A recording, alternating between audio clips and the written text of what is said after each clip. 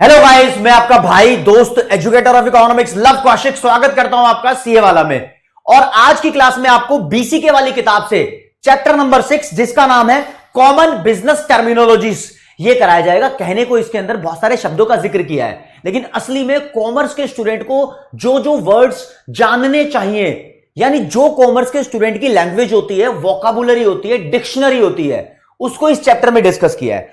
इस चैप्टर को पढ़ के एक तो आप अपने एग्जाम के लिए मार्क्स सिक्योर करने के लिए रेडी रहोगे, दूसरे में अपनी स्किल्स डेवलप करोगे। एक कॉमर्स के स्टूडेंट का जो टोरा होता है ना, वो आपके अंदर आएगा। भाई यहां से पेपर के अंदर लगभग 13 से 16 क्वेश्चन पूछे ही जाते हैं, तो चैप्टर कितना इंपॉर्टेंट है वो यहीं से पता लग रहा है। एक एक वर्ड बड़ा इंपॉर्टेंट है, कहीं से कुछ भी पूछा जा सकता है। तो सारी लिस्ट आपको ऐसे फॉर्मेट में दी हुई है, मतलब these are the topics to be covered. यहां पर कैटेगराइज कर दिया है, आपको बता दिया। देखो ये तो चैप्टर का नाम है, यहां पर ये लिखा हुआ है, ठीक है। आपको बताऊं तो फाइनेंस, स्टॉक और कमोडिटी मार्केट टर्मिनोलॉजी है। कुछ बड़ी बड़ी बातें बताऊं तो अकाउंट्स से रिलेटेड कुछ टर्म्स यहां पर ज्यादा डिस्कस करने को आपको मिलेंगी। 11th 12th में जो पढ़ा है उससे थोड़ी सी हटके चीजें भी हैं यहां पर, ठीक है। मार्केटिंग टर्मिनोलॉजी आपको जाननी है, बैंक की टर्म्स है, कुछ बैंक के शब्द हैं कुछ जो आपको जानने बहुत जरूरी है, और फिर बची कुछ कुछ बातें रह जाएंगी तो उसको अदर बिजनेस टर्मिनोलॉजी की कैटेगरी में डाला हुआ। खैर ये कैटेगरी वेटेगरी क्या होती है तुम छोड़ दो, तुम सीधा देखना यहां पर वर्ड लिखे मिलेंगे। वर्ड का मतलब आपको पता होना चाहिए। कुछ जाने पहचाने होंगे, कुछ अजनबी शब्द दिखाई देंगे, पता होने चाहिए। नहीं, एक वैल्यू एडिशन है तुम्हारे अंदर। ये एग्जाम में नंबर लाने के साथ साथ एक अंदर की फीलिंग में भी एक टोरा भी डेवलप होगा यार, कि हाँ अब मैं ऐसे शब्द यूज कर सकता हूं, ऐसे शब्द यूज कर सकती हूं। नहीं तो शुरुआत में ही देखो यहां पर हेडिंग लिखी हुई है, फिर इसके एक्सप्लेनेशन लिखी हुई है। ऐसे ही सभी वोकाबुलरी यानी सभी टर्मिनोलॉजीज के साथ किया हुआ है। शब्द फिर उसके एक्सप्लेनेशन, वर्ड फिर उसकी एक्सप्लेनेशन। दोस्तों नंबर 1 पे एजेंट की बात करेंगे। एजेंट कौन होता है? एजेंट कोई एक ऐसी फर्म होती है जो शेयर, डिबेंचर या बॉन्ड्स खरीदवाने में या बिकवाने में हेल्प करती है। अगर मुझे किसी कंपनी के शेयर खरीदने हैं और वो उस कंपनी के शेयर खरीदवाने में मुझे कोई हेल्प कर रहा है, तो जो हेल्प कर रहा है उसको मैं एजेंट बोलूंगा, ठीक है। यहां पर जो जो वर्ड डिस्कस कर रहा हूं वो आपके पेपर से रिलेटेड डिस्कस कर रहा हूं। इनका असली लाइफ में यानी लेमन लैंग्वेज में या किसी और सब्जेक्ट में कुछ और मतलब भी हो सकता है, ठीक है। अब एजेंट के अगर आपको असलियत में एग्जांपल दिए जाएं तो मैं बताऊं, India Infoline, Motilal Oswal, Angel Broking, Paras Ram, Sharekhan और रेलीगेयर जैसी बहुत सारी फर्म्स हैं जो ये काम करती है, ठीक है। ब्रोकर बोल सकते हो आप इसको, हाँ। लेकिन किसी भी पॉइंट ऑफ टाइम पे ये ट्रांजैक्शन तो पॉसिबल कराते हैं, लेकिन उस ट्रांजैक्शन के दौर में ये आपकी सिक्योरिटीज यानी शेयर्स के कभी मालिक नहीं बनते।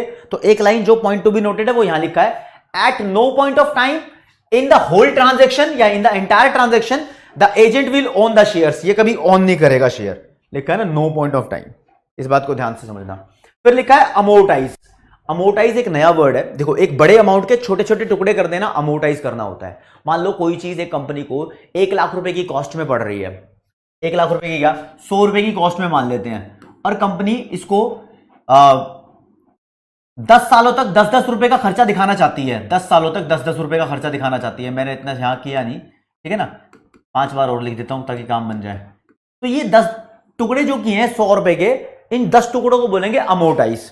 अब अमोर्टाइजेशन से इसको कंफ्यूजन में मत लेकर आना। अच्छा उसको समझा दूं, मुझे पता है कि बहुत सारे लोगों ने किस तरीके से इसको समझाया होगा और तुमने किस तरीके से इसको समझा होगा, तो इसलिए बता देता हूं। अच्छा, अब टेंजिबल एसेट्स की वैल्यू धीरे धीरे कम होती रहती है over the period of time, उसको डेप्रिसिएशन बोलते हैं। लेकिन इंटेंजिबल एसेट्स जैसे कि पेटेंट राइट हो गया या कॉपीराइट हो गया या गुडविल हो गई, उनकी वैल्यू भी धीरे धीरे कम होती रहती है, तो उसको बोलते हैं अमोर्टाइजेशन। हाँ वो अमोर्टाइज से रिलेटेड है, उसका एग्जाम्पल हो गया, लेकिन अमोर्टाइज सही शब्दों में ये एग्जाम्पल है, ठीक है। आपके सामने एग्जाम्पल भी लिखा हुआ है, तो एग्जाम्पल यहां से रीड करने की तो जरूरत है ही नहीं। जिस शब्दों में मैं बता दूंगा वो शब्द समझ लेना, बस आपका काम बन जाएगा। इस बात को ध्यान रखना। अच्छा, अब आपके अंदर इस कॉन्सेप्ट को समझ के, अगर यहां पर कभी कभी ऐसे लिखा होता है ना, कॉमा लगा होता है, रुपीज है यार। अच्छा, जो मेरी बात है उससे कुछ ऊपर नीचे वर्डिंग्स लगती हो तो बीच में कोई गड़बड़ी हो सकती है कि हाँ भाई लैंग्वेज समझ ना आई हो, या फिर जो चीज मैं आपको पहुंचाना चाह रहा हूं वो आपके जहन में ना बसी हो, थोड़ी सी ऊपर नीचे डाउट कभी कभी रह जाता है ना, मैं इस बात को समझता हूं। तो जो छोटा मोटा डाउट रह रहा है ना, उसको कमेंट सेक्शन में बता देना, ताकि उसको पढ़ने के बाद मुझे भी पता लग जाए कि आपको क्या प्रॉब्लम है और उसका एक सही समाधान निकाल दो फिर मैं, ठीक है जी। तो अमोर्टाइजेशन और डेप्रिसिएशन सब अलग अलग सब बता दिया यहां पर, ठीक है। अन्युइटी बोल लो, एन्युइटी बोल लो, चल जाएगा, बोल कुछ भी लो लेकिन इसका मतलब पता होना चाहिए। अब आजकल के लौंडे क्या है ना, आईफोन ले रहे हैं इंस्टॉलमेंट पे, किस्तों पे ले रहे हैं, ठीक है, कैश भी ले रहे हैं लेने वाले तो, लेकिन जो किस्तों पे ले रहे हैं ना, वो इंस्टॉलमेंट जो पे कर रहे हैं वो हर महीने की 1 तारीख को आ जाती है किसी की इंस्टॉलमेंट हर महीने की 5 तारीख को देनी पड़ती है, किसी को 2 तारीख को देनी पड़ती है। तो एक फिक्स्ड पीरियड ऑफ टाइम में, एक फिक्स्ड टाइम इंटरवल में जो एक फिक्स्ड अमाउंट पे करना पड़ता है उसको ही बोलते हैं एन्युइटी। एन्युइटी एक पेमेंट भी हो सकती है, ये एक रिसिप्ट भी हो सकती है जो आपको एक रेगुलर टाइम इंटरवल में या तो पे करनी पड़े या रिसीव हो जाए, है ना, हो सकता है ना। तो लिखा है a series of payments of an equal amount at fixed interval for a specified number of periods. Specified number of periods का मतलब ये भी पता होना चाहिए कि कितने दिनों तक वो इंस्टॉलमेंट पे करनी है, मतलब कितने महीनों तक। इंश्योरेंस प्रीमियम भी लोग पे करते हैं, तो वो इंश्योरेंस प्रीमियम हर महीने पे करते हैं या हर 3 महीने में पे करते हैं या साल में 2 बार पे करते हैं, तो पर पे तो करते हैं एक फिक्स्ड टाइम इंटरवल में। तो वो भी एग्जांपल एन्युइटी का माना जाएगा। तो एन्युइटी का मतलब अगर अंदर ही अंदर बसाना हो तो तुम समझ लो ये इंस्टॉलमेंट की बात हो रही है। एग्जैक्ट वर्डिंग्स यहां पर लिखी है। आगे बढ़ते हैं जी। अप्रिसिएशन क्या होता है? किसी भी एसेट्स की वैल्यू का धीरे धीरे बढ़ना, अप्रिसिएशन आप जानते ही हैं, ठीक है। और ये सारी बातें लिखी भी हुई है, appreciation is increase in the value, that's it. और जो ये ऐसे कॉमा लिखा है ना यार, ये रुपीज लिखा है यहाँ पर, आप समझ जाना बस इस बात को। एग्जाम्पल बड़ा आसान दिया हुआ है। अच्छा जी, आर्बिट्राज, कोई इसको आर्बिट्राज बोलता है, कोई इसको आर्बिट्रेज बोलता है। नए शब्द है, जानना बहुत जरूरी है। इसको आर्बिट्रेज को ना मैं बोलूंगा कि एक देखो स्मार्टनेस है, ये स्मार्टनेस। क्या करता हूं, कुछ बंदे कंट्री ए से गोल्ड परचेज कर लेते हैं, मान लो 10 रुपए का, तो ये गोल्ड परचेज करते ही कंट्री बी को बेच देते हैं 11 रुपए का। सेम चीज यहां से खरीदी और यहां बेच दी, तो बीच में 1 रुपए का प्रॉफिट कमा लिया ना, इसको बोलते हैं आर्बिट्राज प्रॉफिट। यूं कमा लेते हैं। आर्बिट्राज अपने आप में बहुत बड़ा सब्जेक्ट है। सीए फाइनल में जब आप पहुंचोगे तो आपको इसके बारे में अच्छे से पढ़ने को मिलेगा, ठीक है। लेकिन अभी यहां पर इतने समझो कि सेम चीज की बाइंग एंड सेलिंग होती है, उस पर ही प्रॉफिट कमा लेते हैं लोग। शेयर्स में भी करते हैं, कभी कभी गोल्ड में इसको कर रहे हैं लोग। किसी कंट्री में गोल्ड सस्ता है, किसी कंट्री में गोल्ड महंगा है, तो सस्ते वाली से खरीद के महंगे वाली में बेच दिया। लेकिन इस चीज पे गवर्नमेंट ने रूल्स एंड रेगुलेशन लगा रखे हैं, तो काफी इलीगल एक्टिविटी नहीं है, इतना ध्यान रखना, लीगल एक्टिविटी। एसेट, अब एसेट बताऊं क्या? एसेट कंपनी की प्रॉपर्टी, ओके। आगे करंट एसेट्स, 1 साल से कम वाले। फिक्स्ड एसेट्स नहीं बता रहा। इंटेंजिबल एसेट्स, हाँ ये थोड़ा सा जान लो। इंटेंजिबल एसेट्स को हमेशा आप मानना कि ये हमेशा लॉन्ग टर्म एसेट्स होते हैं, ठीक है। छू तो नहीं सकते आप इसको, ऑब्वियसली नहीं छू सकते। एग्जांपल में कॉपीराइट्स, ट्रेडमार्क या गुडविल आप मान सकते हो। कंपनी की गुडविल भी होती है, पेटेंट्स भी होते हैं, तो ये चीज आपको ध्यान रखनी जरूरी है। अब है भाई आस्क या ऑफर, दोनों सेम चीज है। ये क्या होती है? The lowest price at which owner is willing to sell his securities. Securities का मतलब शेयर, डिबेंचर, बॉन्ड्स मान लेना। ऐसा कम से कम प्राइस जिस रेट पर मैं अपनी सिक्योरिटीज को बेचना चाहता हूं, उस कम से कम प्राइस को मैं बोलूंगा आस्क या फिर ऑफर। किसी को ऑफर नहीं देते भाई 10 रुपए में मेरे शेयर खरीद ले, तो 10 रुपए हो गया ऑफर प्राइस, या फिर आस्क प्राइस, या आस्क या ऑफर, कुछ भी बोल लो उसको। लेकिन ये जो ऑफर होता है ये हमेशा ज्यादा होता है बिड से। बिड क्या होता है? बिडिंग होता है ना, बोली लगाना। तो जब एक बंदा बहुत ज्यादा कर्जे में डूब गया और अपना कर्जा नहीं पे कर पाया, तो कोर्ट ने क्या बोला, इसका मकान बेच के इससे पैसे वसूल लो। तो जब उसका मकान बेचा जाएगा तो उसके मकान की बिडिंग लगाई जाएगी। बिडिंग मतलब एक बोली होती है, उसका प्राइस होता है मिनिमम, ठीक है। वो लोगों को बोला जाएगा भाई इस प्राइस में मकान बिक रहा है, आप खरीदना चाहते हो या नहीं खरीदना चाहते हो। तो वहां पर भी एक प्राइस ऑफर किया जाता है। लेकिन जो ये वाला ऑफर प्राइस है वो हमेशा बिड प्राइस से ज्यादा ही होता है, ठीक है ना। बिड प्राइस भी एक अपने आप में प्राइस होता है जिस पर सौदा तय होने के चांसेस होते हैं। फिर ऑडिट, सीए वाले स्टूडेंट को यही करना होता है, ऑडिटिंग, यानी अकाउंट्स की एक्यूरेसी चेक करनी होती है। ये अकाउंट्स खटखट एंट्री नहीं करते किसी कंपनी में, जो एंट्री कर रखी है ना बहुत सारे अकाउंटेंट ने, उसको वेरीफाई करते हैं, उसको चेक करते हैं, ठीक है। तो audit is a careful review of financial records of an organisation to verify their accuracy.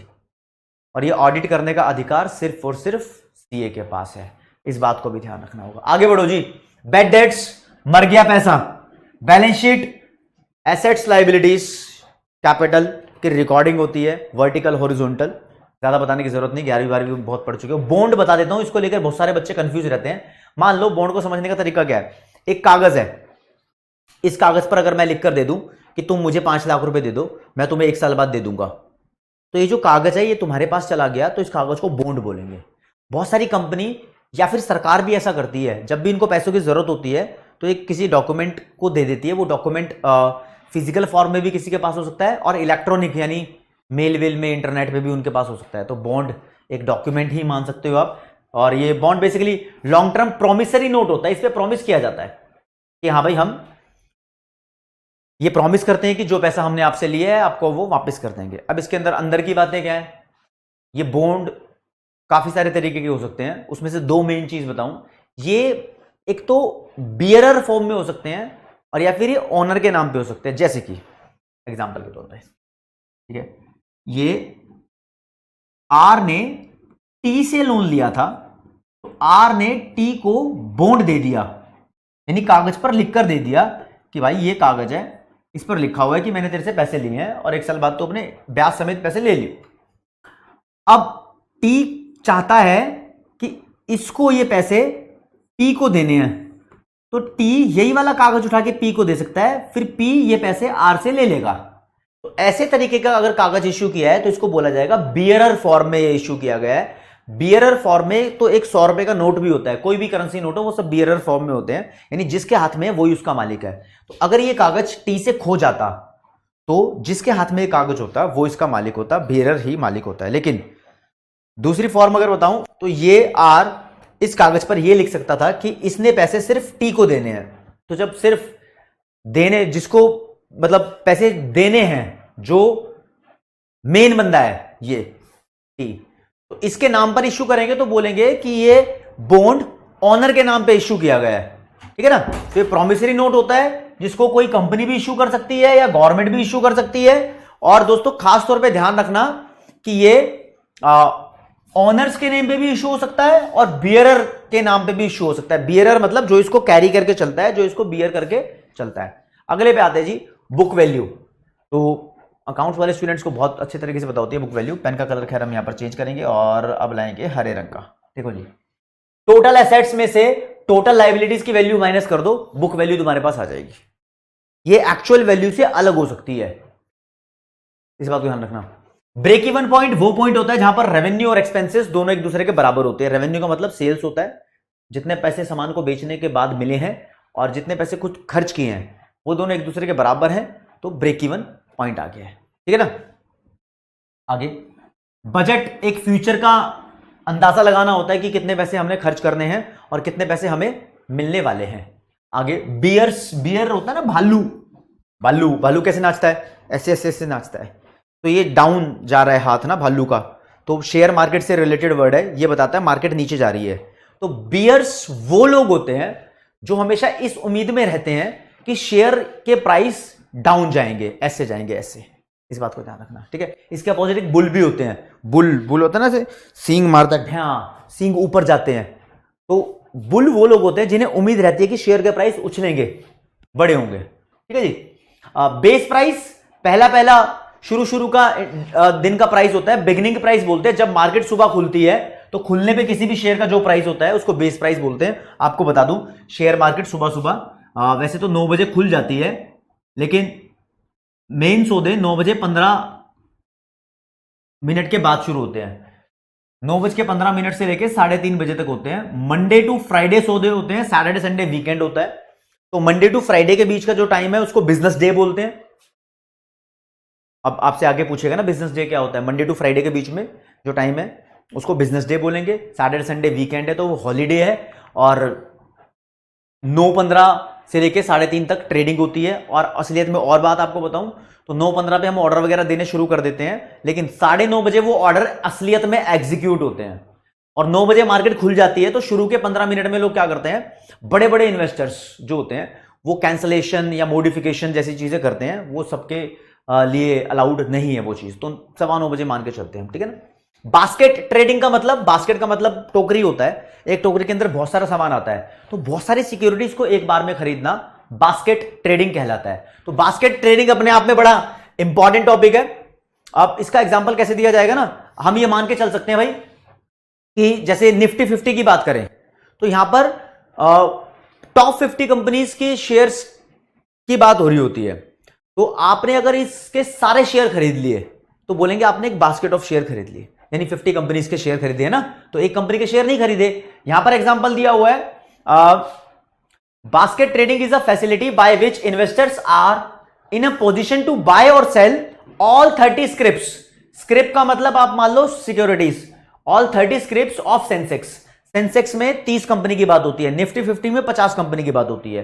तो सेंसेक्स की सारी 30 कंपनी के शेयर तुमने खरीद लिए तो बोल देंगे बास्केट ट्रेडिंग आपने कर दी, और सारी 30 कंपनी के शेयर बेच दिए तो बोल देंगे कि आपने बास्केट ट्रेडिंग की है, यानी खरीदना हो बेचना हो ट्रेडिंग होता है। फिर बियर मार्केट, ऐसी मार्केट जहां पर बियर होते हैं, मतलब यह माना जाता है कि शेयर के प्राइस लगातार फॉल होते रहेंगे, तो लिखा है ना फॉलिंग कंसिस्टेंटली। ठीक है जी, आगे बढ़ते हैं दोस्तों। बदला, यहां दुश्मनी का बदला नहीं लेना, बड़ी कैडी चीज है ये, समझने में आपको टाइम लगेगा। ठीक है, दिमाग से समझेंगे इसको, बहुत सही चीज, क्योंकि अब जो तुम समझने वाले हो ना इस पे पूरा फोकस लगा देना, तभी चीज समझ में आएगी आपको। फ्यूचर की बात करते हैं। फ्यूचर मार्केट में ना ऐसा कुछ आपको देखने को मिलता है कि मान लो कि आपके जेब में पैसे नहीं है लेकिन फिर भी आपको ट्रेडिंग करनी है। कभी कभी लगता है ना यार कि रिलायंस कंपनी के शेयर बहुत ऊपर जाएंगे लेकिन जेब में खरीदने के लिए पैसे नहीं है, तो मार्केट आपको ऐसे फ्यूचर नाम का एक ट्रेडिंग प्लेटफॉर्म प्रोवाइड करती है, जिसमें क्या होता है ना, मान लो 1 लाख रुपए के शेयर्स हैं, ये लिख दिया 1 लाख रुपए। ठीक है, आप चाहते हो कि आपको 1 लाख रुपए का लॉट यानी ये परचेज करना है, और इसकी वैल्यू जल्दी ही 1,10,000 हो जाएगी, यानी 1.1 लाख हो जाएगी। तो इतने का फायदा होने वाला है। तो आपको यहां पर एक ऑप्शन मिलता है कि आप एक छोटी सी प्रीमियम फीस देके, मार्जिन मनी बोल सकते हैं उसको, मान लो बोल दिया 50,000 रुपए आप दे दो, फीस भर दो, बहुत नॉमिनल सी फीस होती है, आप ये दे दो। अगर आपको लगता है कि ये शेयर प्राइस बढ़ जाएंगे तो बढ़ जाएंगे, तो तब उसको बेच देना, है ना। और मान लो इसमें शेयर प्राइस 10,000 से बढ़ जाए, 20,000 से बढ़ जाए, या 1 लाख के 2 लाख हो जाए। मैंने 50,000 बहुत ज्यादा अमाउंट बोल दिया, या 5,000 भी बोल सकते थे, ठीक है ना। इसको 10 लाख बोल लो, ठीक है ना, और ये 10.1 हो गया मान लो, थोड़ा देखने में अच्छा लगता है एग्जांपल। 10 लाख के शेयर आपको परचेज करने, 10 लाख रुपए तुम्हारे पास है नहीं, तुमने दे दिया 50,000 रुपए, जिसको बोलते हैं मार्जिन मनी। ये देने के बाद आप बोल रहे हो इसकी वैल्यू बढ़ जाएगी, तो जितनी बढ़ जाएगी वो मेरी हो जाएगी, तो बिल्कुल ठीक है। लेकिन अगर इसकी वैल्यू कम हुई तो जितनी कम होगी आपकी वैल्यू खत्म होती रहेगी। अगर मान लो इसकी वैल्यू 50,000 कम हो गई तो आपको ये पैसे वापस नहीं मिलेंगे। अगर इसकी वैल्यू 1 लाख कम हो गई तो ये 50,000 ही आपके जाएंगे, उसमें कोई दिक्कत वाली बात नहीं है, कोई टेंशन नहीं है।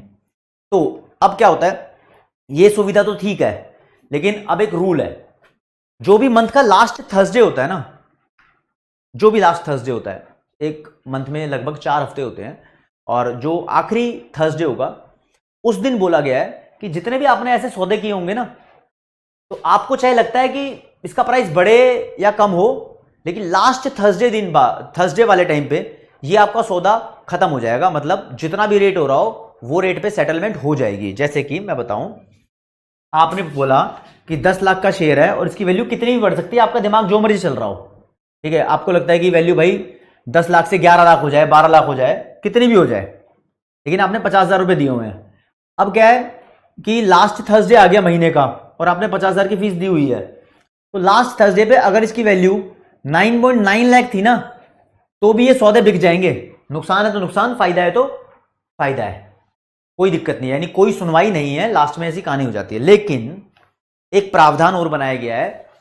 अब ऐसा भी तो हो सकता है ना यार कि आज महीने की 26 तारीख है और आज वेडनेसडे है, और आज ही मैं सोच रहा हूं, आज ही मैंने ऐसा कुछ फ्यूचर में ट्रेड कर लिया और कल ही थर्सडे आ गया, तो कल तो ऑटोमेटिकली वो सौदा बिक जाएगा, ऑटोमेटिकली ट्रेडिंग सेटलमेंट हो जाएगी।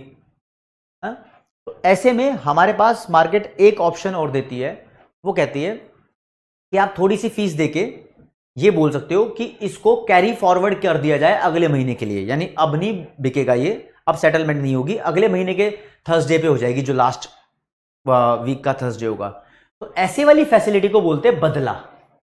ये होता है कैरिंग फॉरवर्ड ऑफ ट्रांजैक्शन, एक सेटलमेंट पीरियड से दूसरे सेटलमेंट पीरियड तक पहुंचाने का, ठीक है।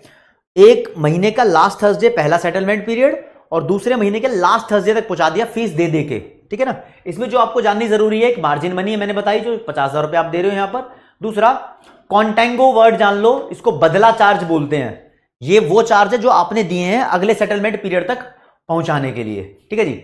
आगे ब्लू चिप्स, ब्लू चिप्स बड़ी बड़ी फाइनेंशियली स्ट्रॉन्ग कंपनी के शेयर्स के प्राइस को बोलते हैं, या शेयर्स को बोलते हैं, प्राइस को नहीं शेयर्स को बोलते हैं। जैसे कि निफ्टी 50, तो वो बड़ी 50 कंपनियां हैं जो इंडिया की मजबूत कंपनी है, तो उन सभी कंपनीज के शेयर्स को या मतलब सिक्योरिटीज को बोलेंगे ब्लू चिप्स, ठीक है ना। तो यहां पर ब्लू चिप बड़ी इंपॉर्टेंट, बड़े महंगे महंगे होते हैं। अगर आपको बताऊं तो वर्ल्ड वाइड बताऊं तो वॉरेन बफेट की जो बर्कशायर हैथवे कंपनी है, करोड़ों में उसका शेयर है। अगर आपको पता है तो कितने करोड़ का एक शेयर है तो कमेंट सेक्शन में बताओ। और हाल फिलहाल जब मैं ये वीडियो बना रहा हूं तो MRF जो इंडिया की कंपनी है उसका सबसे एक्सपेंसिव शेयर है, ब्लू चिप है वो, और वो अभी लगभग 94,000 रुपीज के आसपास का एक शेयर है। तो इंडिया का सबसे एक्सपेंसिव शेयर मैंने बताया आपको। वर्ल्ड वाइड बर्कशायर हैथवे कितने करोड़ का शेयर है वो आप बताएंगे कॉमेंट सेक्शन में। नॉलेज भी चेक होनी चाहिए, करो गूगल, ठीक है जी। बीटा या बेटा कुछ भी बोल लो, कुछ भी बोल लो। जैसे ये एक रिश्तेदारी निभाने का यंत्र है, यंत्र नहीं, इसको बोलेंगे आप रिश्तेदारी को बताने का इंडिकेटर है। कभी कभी क्या होता है कि मेरे पास कुछ ऐसी स्टॉक्स हैं, यानी ऐसे शेयर्स हैं, वो क्या करते हैं जैसे जैसे मार्केट ऊपर जाती है ना उस शेयर की भी वैल्यू बढ़ती है, मार्केट नीचे जाती है तो उस शेयर की भी वैल्यू कम होती है। मार्केट 10% से ऊपर गई, मेरे शेयर की भी वैल्यू 10% से बढ़ गई, या किसी भी परसेंट से बढ़े, है ना। तो जो रिश्ता बनाया ना इसके बीच में, मार्केट ऊपर मेरा शेयर ऊपर, तो इस रिश्ते को दिखाने वाली जो चीज है उसको बीटा बोलते हैं। रिश्ता उल्टा भी बन सकता था, मार्केट नीचे जा रही है तो क्या पता मेरे पास ऐसा शेयर हो जो मार्केट के नीचे जाने से मेरे शेयर की वैल्यू बढ़ रही है, सिर्फ ऐसा भी हो सकता है। क्योंकि जो सेंसेक्स या फिर आप समझते हो कि निफ्टी है, ये सभी ऑलमोस्ट जितनी भी कंपनीज है इंडिया में सबके परफॉर्मेंस को नहीं दिखाते। सेंसेक्स टॉप 30 कंपनी को दिखा रहा है लगभग, चाहे उसमें कितनी भी 1000 कंपनी रजिस्टर्ड हो, निफ्टी में कितनी भी 1000 कंपनी रजिस्टर्ड हो, वो 50 कंपनी जो बेस्ट 50 कंपनीज है उसकी परफॉर्मेंस को दिखा रहा है। तो क्या पता मेरे पास उस कंपनी का शेयर हो जो उसमें लिस्टेड ना हो लेकिन वो बढ़िया परफॉर्म कर रहे हो, है ना।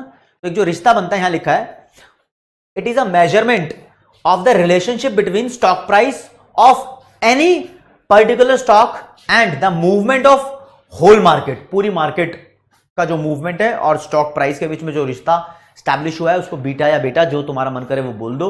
आगे आते हैं बिड, बिड यानी बोली, बोली लगाना, इसका प्राइस आपको बताइए। ब्रोकर, ब्रोकरेज फर्म पहले सबसे पहले बताया। बुल मार्केट जब बियर बताया था तब बुल भी बताया था, शेयर प्राइस के ऊपर जाने वाला। बिजनेस डे बताया, मंडे टू फ्राइडे होता है, इसके अंदर पब्लिक हॉलीडेज एक्सक्लूड नहीं होते, यानी मंडे टू फ्राइडे आपका बिजनेस डे है और मंडे को पड़ गई गांधी जयंती, तो जब गांधी जयंती पड़ गई तो फिर मंडे बिजनेस डे नहीं कहलाएगा, ठीक है ना। सैटरडे संडे वैसे वीकेंड्स होते हैं, वो बिजनेस डे नहीं होते। अब कुछ बच्चे बोलेंगे सर दिवाली को भी तो मुहूर्त ट्रेडिंग होती है, दिवाली तो छुट्टी होती है, पब्लिक हॉलीडे होता है, नेशनल हॉलीडे नहीं होता, पब्लिक हॉलीडे है ना त्योहारों के लिए, तो मुहूर्त ट्रेडिंग होती है, वो भी बिजनेस डे नहीं कहलाता, ठीक है। आगे बोनस, एक बोनस का ना एक, आप ये मत सोचो कि किसी एम्प्लॉइज को बोनस मिल रहा है, यहां पर अलग बात हो रही है, शेयर से रिलेटेड बात हो रही है यहां पर। काफी सारी, मैंने रिलायंस कंपनी को बहुत बार देखा हुआ कि वो अपने एम्प्लॉइज को और या फिर अपने शेयर होल्डर को बोनस देती रहती है। शेयर होल्डर की यहां पर बात कर रहे हैं। अब कंपनी अपने अक्यूमुलेटेड रिजर्व्स में से इस्तेमाल करके कुछ और शेयर फ्री में किसी को दे दे, अपने शेयर होल्डर्स को दे दे, तो बोलते हैं कि कंपनी ने बोनस बांट दिया। बोनस बांटते ही ना मार्केट में एक ऐसा दौर, खुशियों का दौर शुरू हो जाता है कि हाँ अच्छे दिन आने वाले हैं, ठीक है। तो एक्सपेक्टेशन बहुत बढ़िया शुरू हो जाती है, सेंटीमेंट्स, मार्केट सेंटीमेंट ऊपर उठने लगते हैं, तो डिमांड सप्लाई की वैसी सारी गेम होती है। तो हाँ, क्या लिखा है बोनस का मतलब a free allotment of shares made in proportion to existing shares out of accumulated reserves. जो ऑलरेडी पुराने शेयर होल्डर थे उन सबको एक एग्जिस्टिंग प्रोपोर्शन में कुछ कुछ शेयर फ्री में देना बड़ा अच्छा लगता है ना, बोनस मिलता है, ठीक है। हाँ जी, बुक क्लोजर, बुक क्लोजर ये बड़ी इंपॉर्टेंट चीज है, आप जानो। देखो कंपनी ने डिसाइड किया, मान लो 10 दिसंबर ये डेट है कि 10 दिसंबर तक जो मेरे शेयर का मालिक होगा हम उसको डिविडेंड देंगे। अब बंदे कई होते हैं ना, 8 को खरीदा 8 को ही बेच दिया। अब किसी बंदे डिविडेंड दे रहे हैं चाहे 21 दिसंबर को, लेकिन उन बंदों को दिया जाएगा जो 10 दिसंबर तक मालिक थे, है ना। अब कोई 11 दिसंबर को खरीद रहा है तो कंपनी एक डेट बताती है, ये बुक क्लोजर डेट है, तो इस तारीख तक जिस बंदे के पास कंपनी के शेयर या डिबेंचर रहे होंगे उसको ही डिविडेंड मिलेगा, बस उसके बारे में बात है। ब्रोकरेज, ब्रोकर की फीस, बुल, वही जो बंदे सोचते रहते हैं प्राइस ऊपर जाएगा, ये क्या करते हैं खरीद लेते हैं, फिर जब हाई प्राइस जाएगा तब बेचते हैं। बिजनेस रिस्क एक अलग चीज है। मान लो किसी बिजनेस ने लोन नहीं लिया, विदाउट लोन यानी नो डेट, जीरो डेट के साथ वो काम कर रहा है, तो फिर भी वो सोचता है कि कब तक वो चल सकता है, तो जब तक चलने का उसका रिस्क है उसको बिजनेस रिस्क बोलते हैं। ठीक है जी। आगे बायर जो ऑर्डर देता है शेयर को खरीदने का। कॉल ऑप्शन, कॉल ऑप्शन में पहले बताऊं कि कॉल ऑप्शन और एक वर्ड अलग से कॉल है शेयर्स के लिए जो यूज होता है। जब कंपनी के शेयर खरीदते हैं तो पहले अप्लाई करते हैं तो एप्लीकेशन फीस, फिर अलॉटमेंट फीस, फिर कॉल 1, कॉल 2 और फाइनल कॉल, ऐसे होता है ना। वो कॉल अलग चीज है, ये कॉल ऑप्शन अलग चीज है। ये शेयर को खरीदने का वही ऑप्शन है कि जब पैसे नहीं होते ना शेयर को खरीदने के लिए, तो एक ऐसी एडजस्टमेंट स्पेसिफाइड प्राइस पे की जाती है जिसपे हम उसको खरीद सकते हैं। यानी यहां पर आपको वही बात देखने को मिलेगी। देखो लिखा है an option that is given to investor the right but not obligation to buy a particular stock at a specified price within a specified time period. मान लो एक शेयर का प्राइस 100 रुपया है, ठीक है, और हमारे पास ये खरीदने के पैसे नहीं है, लेकिन हमें लगता है कि इसका प्राइस ऊपर नीचे जाएगा ही जाएगा, मतलब ऊपर ही जाएगा, तो हम कुछ यहां पर वही फीस पे करके इसके बिहेवियर को जज करवा सकते हैं। अब यहां पर कॉल और पुट दोनों ऑप्शन होते हैं, लेकिन आपको छोटा ही जानना है बस अभी यहां पर, ठीक है ना। तो यहां पर क्या होगा, थोड़ी सी फीस दे दो, मतलब 5 रुपए मान लो आपने दे दिए शेयर के लिए, आपके पास पैसे नहीं थे, तो अब क्या है कि यहां पर आपको प्रॉफिट तो अनलिमिटेड हो सकता है, जितने भी शेयर इसके रेट ऊपर जाएंगे आपके, लेकिन कम गए तो नुकसान आपका 5 रुपए का ही होगा, इस बात को ध्यान रखना। चलो डिटेल में इसको और बाद में बताते हैं।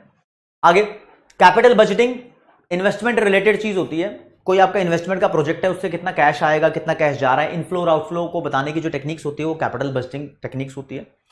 कैपिटल गेन यील्ड, इसका फॉर्मूला याद करना पड़ेगा आपको। Capital gain during given year को डिवाइड कर दो बिगिनिंग प्राइस से, तो आपके पास कैपिटल गेन यील्ड आ जाएगा। कैपिटल मार्केट, शेयर और डिबेंचर्स की जो मार्केट होती है वो कैपिटल मार्केट होती है। बेसिकली आपको बताऊं तो फाइनेंशियल मार्केट के 2 टुकड़े होते हैं, एक मनी मार्केट और एक कैपिटल मार्केट, ठीक है ना।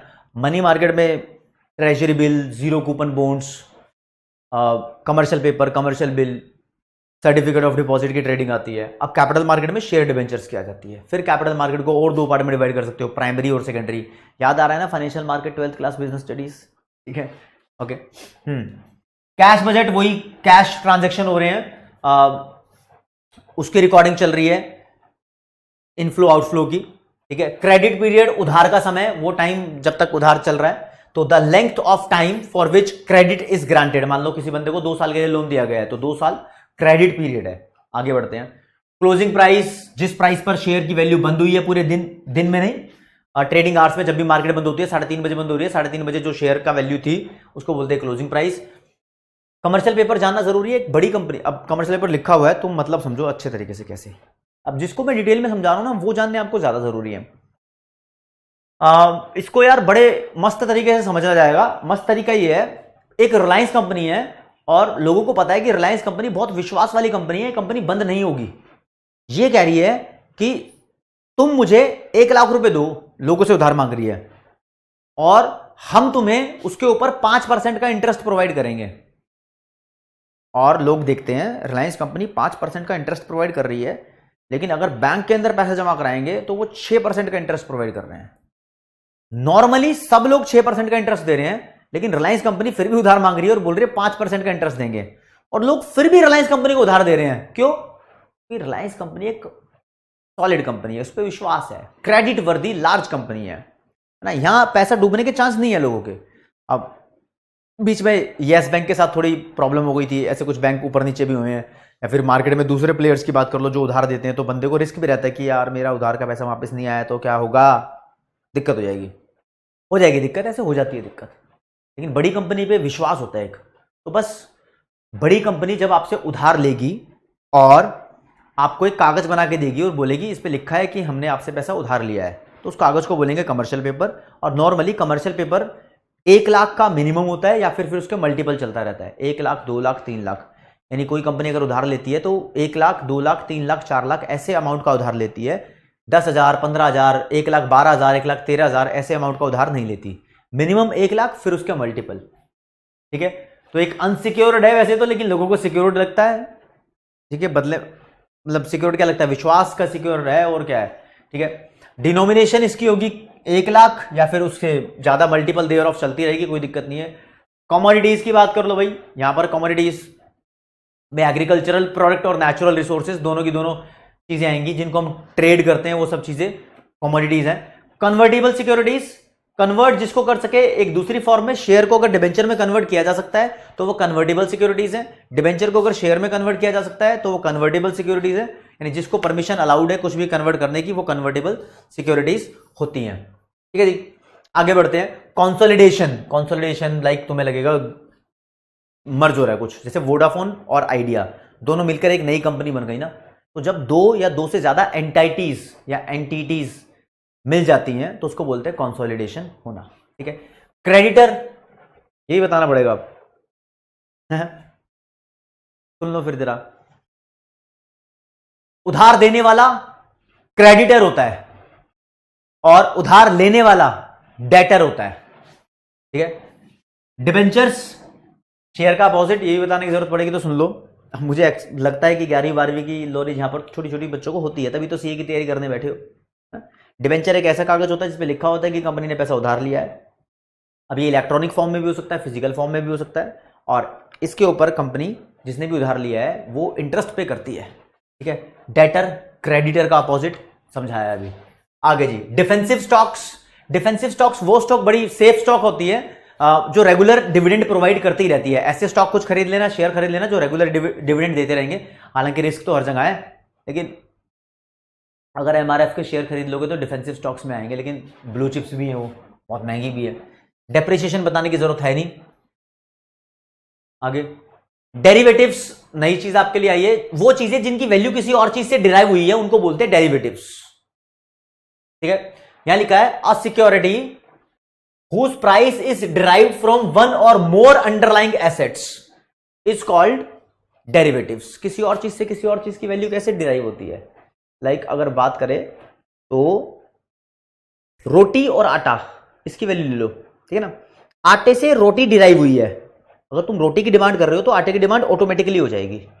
ऐसे बहुत सारी कंपनीज है, मैंने देखा रिलायंस कंपनी है, उसके अंडर में और छोटी छोटी सब्सिडियरीज बना रखी हैं। सब्सिडियरीज बनाओगे तो वो उसकी जो सब्सिडियरीज हैं, सब्सिडियरीज छोटी छोटी ऐसी कंपनीज हैं जो बड़ी कंपनी को सपोर्टिंग सर्विसेज प्रोवाइड कर रही हैं, ठीक है। तो इस बात को ध्यान रखना। अगला diversification, reducing the investment risk bye purchasing share of different companies operating in different sectors. अगर आपको लगता है कि आप शेयर खरीद के किसी रिस्क में फंस गए हो तो 2-4 कंपनियों के और शेयर खरीद लो, यानी हर जगह नुकसान होने के चांस तो है नहीं, तो कहीं ना कहीं से आप रिस्क को मैनेज कर लोगे। तो रिस्क को मैनेज करने का एक तरीका डाइवर्सिफिकेशन होता है। अगला है जी आपके पास डिविडेंड। डिविडेंड शेयर खरीदने के बदले जो आपको कंपनी अपने प्रॉफिट में से हिस्सा प्रोवाइड करेगी उसको बोला जाएगा डिविडेंड। और फिर ये इक्विटी, बच्चों का खेल, नेटवर्थ ऑफ द कंपनी होती है। इसमें अगर फॉर्मूला देखो तो total equity is common equity plus preferred stock, आप ध्यान रख सकते हो। आपके काम की चीज यहां पर यही बनती है।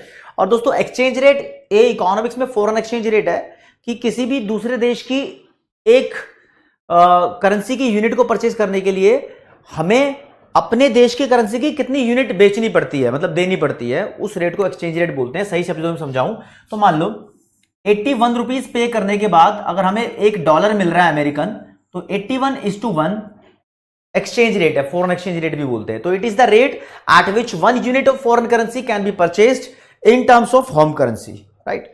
अगला फेस वैल्यू, शेयर के ऊपर जितनी वैल्यू पे इशू है वो फेस वैल्यू है। अगर 10 रुपए का लिखा है उस शेयर पे प्राइस, तो 10 रुपए उसकी फेस वैल्यू है। कभी कभी उसको परचेज करने के लिए हमें प्राइस ज्यादा करना पड़ जाता है, मतलब ज्यादा प्राइस में परचेज करना पड़ जाता है, तो बोलते हैं शेयर प्रीमियम पे परचेज किया है। सस्ते में मिल जाए तो बोलते हैं डिस्काउंट पे मिल गया। तो वो जब बातें आप जानते हो। फाइनेंशियल इंस्ट्रूमेंट्स, आपका शेयर, डिबेंचर, बॉन्ड्स या फिर ऐसे दूसरे नेगोशिएबल इंस्ट्रूमेंट्स या कैश या डीड वगैरह जो पैसों में बिकती हैं कंपनीज की तरफ से। फाइनेंशियल इंटरमीडिएटरीज, वही ब्रोकर्स की बात आ गई, बट इसके अंदर ब्रोकर्स के अलावा, शेयर ब्रोकर्स के अलावा सभी बैंक्स भी इंक्लूडेड है, almost all the banks. Bonds मैंने बताया था, अगर सरकारी कंपनी उसको इश्यू करे तो वो गवर्नमेंट बॉन्ड्स हैं। बहुत सारे शब्द मतलब रिपीट भी हो रहे हैं बीच बीच में। हेजिंग, रिस्क को मिनिमाइज करने का एक तरीका है, जैसे डाइवर्सिफिकेशन था, बहुत सारी कंपनी के शेयर खरीद लिए तो वो डाइवर्सिफिकेशन हो गया। अगर हेजिंग की बात करें, तुम्हें लग रहा है कि तुमने कोई सामान खरीदा है और मतलब शेयर खरीदा है और तुम्हें रिस्क है, तो शेयर के अलावा तुम गोल्ड भी खरीद लो, गोल्ड थोड़ा सेफ होता है। तो यानी सेगमेंट से हटके कुछ और खरीद के आपने रिस्क को कम किया है, तो वो हेजिंग है, ठीक है ना। और सेगमेंट में ही रिस्क को कम कर रहे हो तो वो डाइवर्सिफिकेशन है, ठीक है। होल्डिंग पीरियड, जितने दिनों तक आपने सिक्योरिटी को होल्ड किया उसकी ड्यूरेशन। इनकम स्टॉक, वो स्टॉक का है जिनका बड़ा सॉलिड रिकॉर्ड है डिविडेंड को देने में, ये डिविडेंड का अमाउंट भी जनरली ज्यादा हायर होता है। डिफेंसिव स्टॉक से थोड़ी अलग है।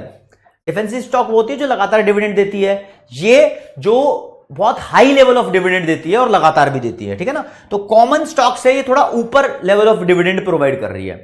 फिर लिखा है इंडेक्स। इंडेक्स का मतलब सिंपल समझ लो, इंडिकेटर होता है। प्राइस इंडेक्स होते हैं, क्वांटिटी इंडेक्स होते हैं, सेंसेक्स भी एक इंडेक्स है, निफ्टी भी एक इंडेक्स है ना। निफ्टी 50 किस चीज का इंडेक्स है? निफ्टी 50 नेशनल स्टॉक एक्सचेंज के अंदर जो टॉप 50 कंपनी है, 50 कंपनीज हैं, उनकी शेयर की वैल्यूज को दिखाने का। और सेंसेक्स है बॉम्बे स्टॉक एक्सचेंज की टॉप 30 कंपनीज की परफॉर्मेंस को दिखाने का इंडेक्स। इंडेक्स का मतलब इंडिकेटर है, ठीक है ना। आगे पहुंच जाओ। इनिशियल पब्लिक ऑफरिंग मतलब नए नए शेयर डिबेंचर इशू करना। बेसिकली ये नए नए स्टार्टअप्स के द्वारा इशू किए जाते हैं, लेकिन हाल ही में बहुत बड़ी कंपनी आईपीओ लेकर आई थी जिसका नाम लाइफ इंश्योरेंस कॉर्पोरेशन एलआईसी ने किया था। हाँ, नए नए शेयर इशू करना आईपीओ होता है। इंटरनेट ट्रेडिंग का मतलब मान लो कि इलेक्ट्रॉनिक ट्रेडिंग हो रही है, इंटरनेट से ट्रेडिंग कर रहे हो अकाउंट वगैरह खुलवा के, ठीक है। और ये इंटरनेट ट्रेडिंग सेबी ने सन 2000 जनवरी में अप्रूव की थी, ये डेट ध्यान रखना। लिमिट ऑर्डर, ये एक सेफ साइड है भाई। अभी जो प्राइस चल रहा है किसी शेयर का, अगर मुझे पसंद नहीं है, मान लो एक शेयर 100 रुपए का है, मुझे पसंद नहीं 100 रुपए प्राइस, मुझे लगता है कि यार ये मेरे पास 90 रुपए में होना चाहिए, तो मैं अपने ब्रोकर को बोल दूंगा जब इसका रेट 90 रुपए आ जाए तब ये मेरे अकाउंट में डाल दियो 10 शेयर इसके। तो जो मैंने यहां पर इसको ऑर्डर किया, इसको लिमिट ऑर्डर बोलते हैं, ठीक है ना।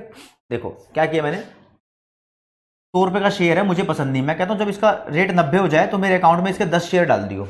तो जब इसका रेट 91 या 90.1 भी होगा ना, तो भी नहीं डालेगा वो मेरे अकाउंट में इसके शेयर, तब भी ऑर्डर एग्जीक्यूट नहीं होगा। जब एग्जैक्ट 90 होगा या 90 से हल्का सा कम भी हुआ तब मुझे शेयर मिल जाएंगे। तो this is called limit order, ठीक है। और जो यहां पर जो मैंने प्राइस लिया है ये, हाँ 90, तो ये मेरे दिमाग में सही टारगेट रेट प्राइस था, इसको स्ट्राइक प्राइस बोलते हैं। स्ट्राइक प्राइस आगे वर्ड आएगा बार बार। लिक्विडेशन, जब एक कंपनी बिक रही होती है तो उसके पीस मतलब टुकड़ों में एसेट्स बेच देते हैं, और वो एसेट्स बेचेंगे तो कैश में कन्वर्ट हो जाएंगे, इसलिए उसको लिक्विडेशन बोलते हैं। मतलब चालू कंपनी ऑपरेटिंग एंटाइटी के तौर पर नहीं बेची जाती, कंपनी बंद करके ताला लगा के फिर एक एक चीज बेचते रहो उसके, ठीक है। लिस्टेड स्टॉक्स, एक कंपनी अपने शेयर लिस्ट कराना चाहती है तो उसको लिस्टेड स्टॉक्स बोलते हैं, जो शेयर लिस्ट कराए गए हैं। जब शेयर लिस्ट कराए जाते हैं किसी कंपनी के द्वारा तो कंपनी को फीस पे करनी पड़ती है, ध्यान रखना इस चीज को। मार्केट कैपिटलाइजेशन, मार्केट कैपिटलाइजेशन मतलब कंपनी के शेयर की मार्केट में वैल्यू क्या चल रही है। जो भी शेयर कंपनी ने मार्केट में इशू कर रखे हैं, मान लो एक कंपनी ने, बहुत इजी एग्जांपल लूंगा, 10 रुपए का एक शेयर है और 2 शेयर मार्केट में इशू किए हुए हैं, तो 20 रुपए की वैल्यू ही हो गई। एक 12 रुपए का शेयर है और 3 शेयर मार्केट में उसके, तो 36 वैल्यू ही हो गई, बस इतना ही है। तो 56 की इसकी कंपनी की वैल्यू है, तो ये कंपनी का मार्केट कैपिटलाइजेशन कहलाता है। यहां पर आउटस्टैंडिंग शेयर जो वर्ड यूज किया हुआ है, इसका मतलब ये है कि जितने मार्केट में उसके शेयर अवेलेबल हैं। मनी मार्केट एक फाइनेंशियल मार्केट की टाइप है जिसके अंदर 1 साल से कम के लिए फंड्स अरेंज हो सकते हैं। मनी मार्केट इंस्ट्रूमेंट्स में मैंने बताया आपको, treasury bill, commercial bill, commercial paper, certificate of deposit, है ना, वो सब इसके अंदर आते हैं। वैसे फाइनेंशियल मार्केट 2 तरीके की हो जाती है, एक मनी मार्केट शॉर्ट टर्म के लिए, एक कैपिटल मार्केट लॉन्ग टर्म के लिए। अब जो यहां पर ये डिक्शनरी जो तुम देख रहे हो, ये लगभग सीक्वेंस में लगी हुई है, एम वाले वर्ड्स एक साथ आ रहे हैं, ठीक है ना। ये आईसीआई के स्टडी मटेरियल के हिसाब से खासतौर पे ध्यान दी हुई है। म्यूचुअल फंड बड़ा सही शब्द है, ज्यादातर बच्चों को इसका मतलब नहीं पता होता। म्यूचुअल का मतलब तो मिलके होता है। अब फंड देखो, मुझे इन्वेस्टमेंट नहीं करनी आती, मेरे पास पैसे पड़े हैं लेकिन, है ना, तो मैं चाहता हूं सेफ भी रहें, तो किसी ऐसे एक्सपर्ट को मैं वो पैसे दे दूंगा जो सेफ जगह पैसा मेरा इन्वेस्ट कर दे, चाहे वो 1, 2, 3, 4, 5 तरीके के शेयर्स में, डिबेंचर्स में या चीजों में इन्वेस्ट कर दे मेरा पैसा। तो एक्सपर्ट को पैसा देकर ऐसे बहुत सारे लोग लगवाते हैं मार्केट में, तो उसको बोलते हैं उसने म्यूचुअल फंड में इन्वेस्ट किया। उसमें रिस्क थोड़ा लगता है कम रहता है, लेकिन रिस्क तो होता ही है, रिस्क तो रिस्क है, क्योंकि वो एक्सपर्ट ट्रेडिंग कर रहा है। अब आजकल ये काम बहुत सारे बैंक्स भी करने लगे हैं, तो ये म्यूचुअल फंड की स्कीम्स बहुत सारी जगह से आने लगी है, ठीक है। तो बहुत सारे लोगों ने मिलकर म्यूचुअली एक जगह इन्वेस्ट किया पैसा, that investment is called mutual fund, group ने किया, ठीक है ना। One sided market next concept है।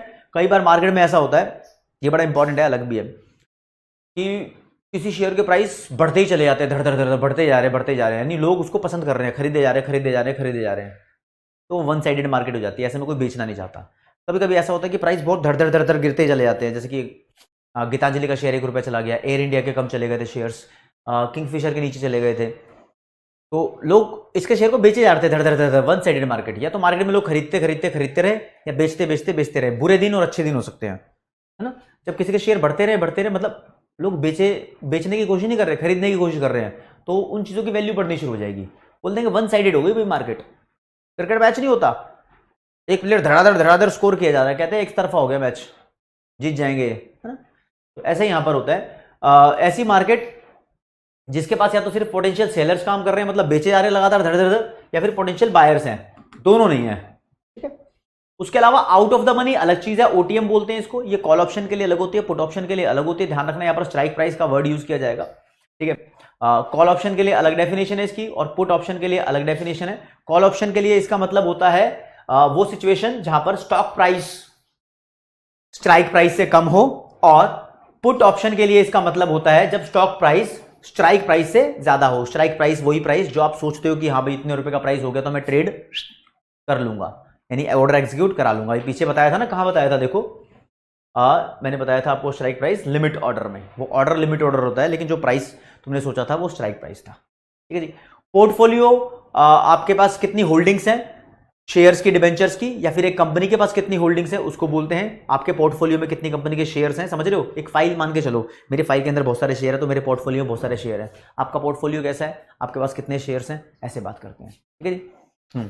Pre opening session share market से रिलेटेड है। शेयर मार्केट सुबह 9 बजे खुलती है, 3:30 बजे बंद होती है, लेकिन 9 बजे से लेकर 9:15 तक जो 15 मिनट होते हैं शुरू के सुबह के, उसको प्री ओपनिंग सेशन बोलते हैं। यहां पर बड़े बड़े ट्रेडर्स ट्रेडिंग करते हैं, और यहां पर ऑर्डर एंट्री होती है, मॉडिफिकेशन होती है और कैंसिलेशन होती है, मेनली ये काम होते हैं। लेकिन आप मोटे मोटे तौर पर अगर मेरी बात सुनो तो आप भी कर सकते हो यहां पर ट्रेडिंग।